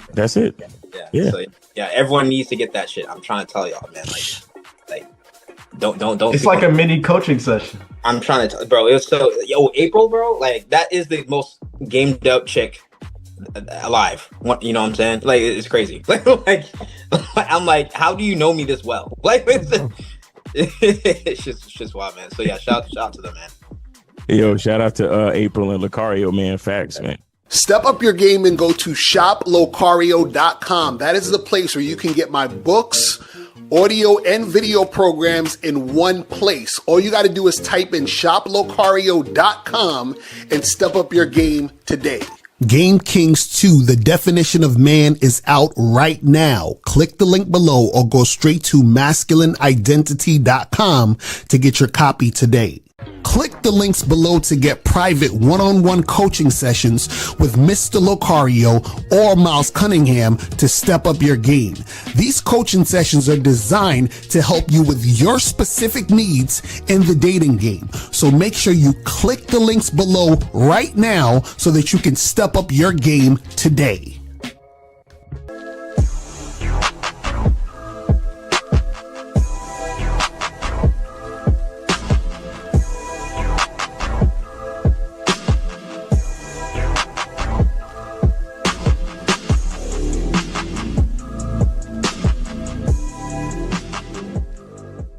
Because Locario, in my opinion, is the best dating coach on YouTube or whatever the fuck.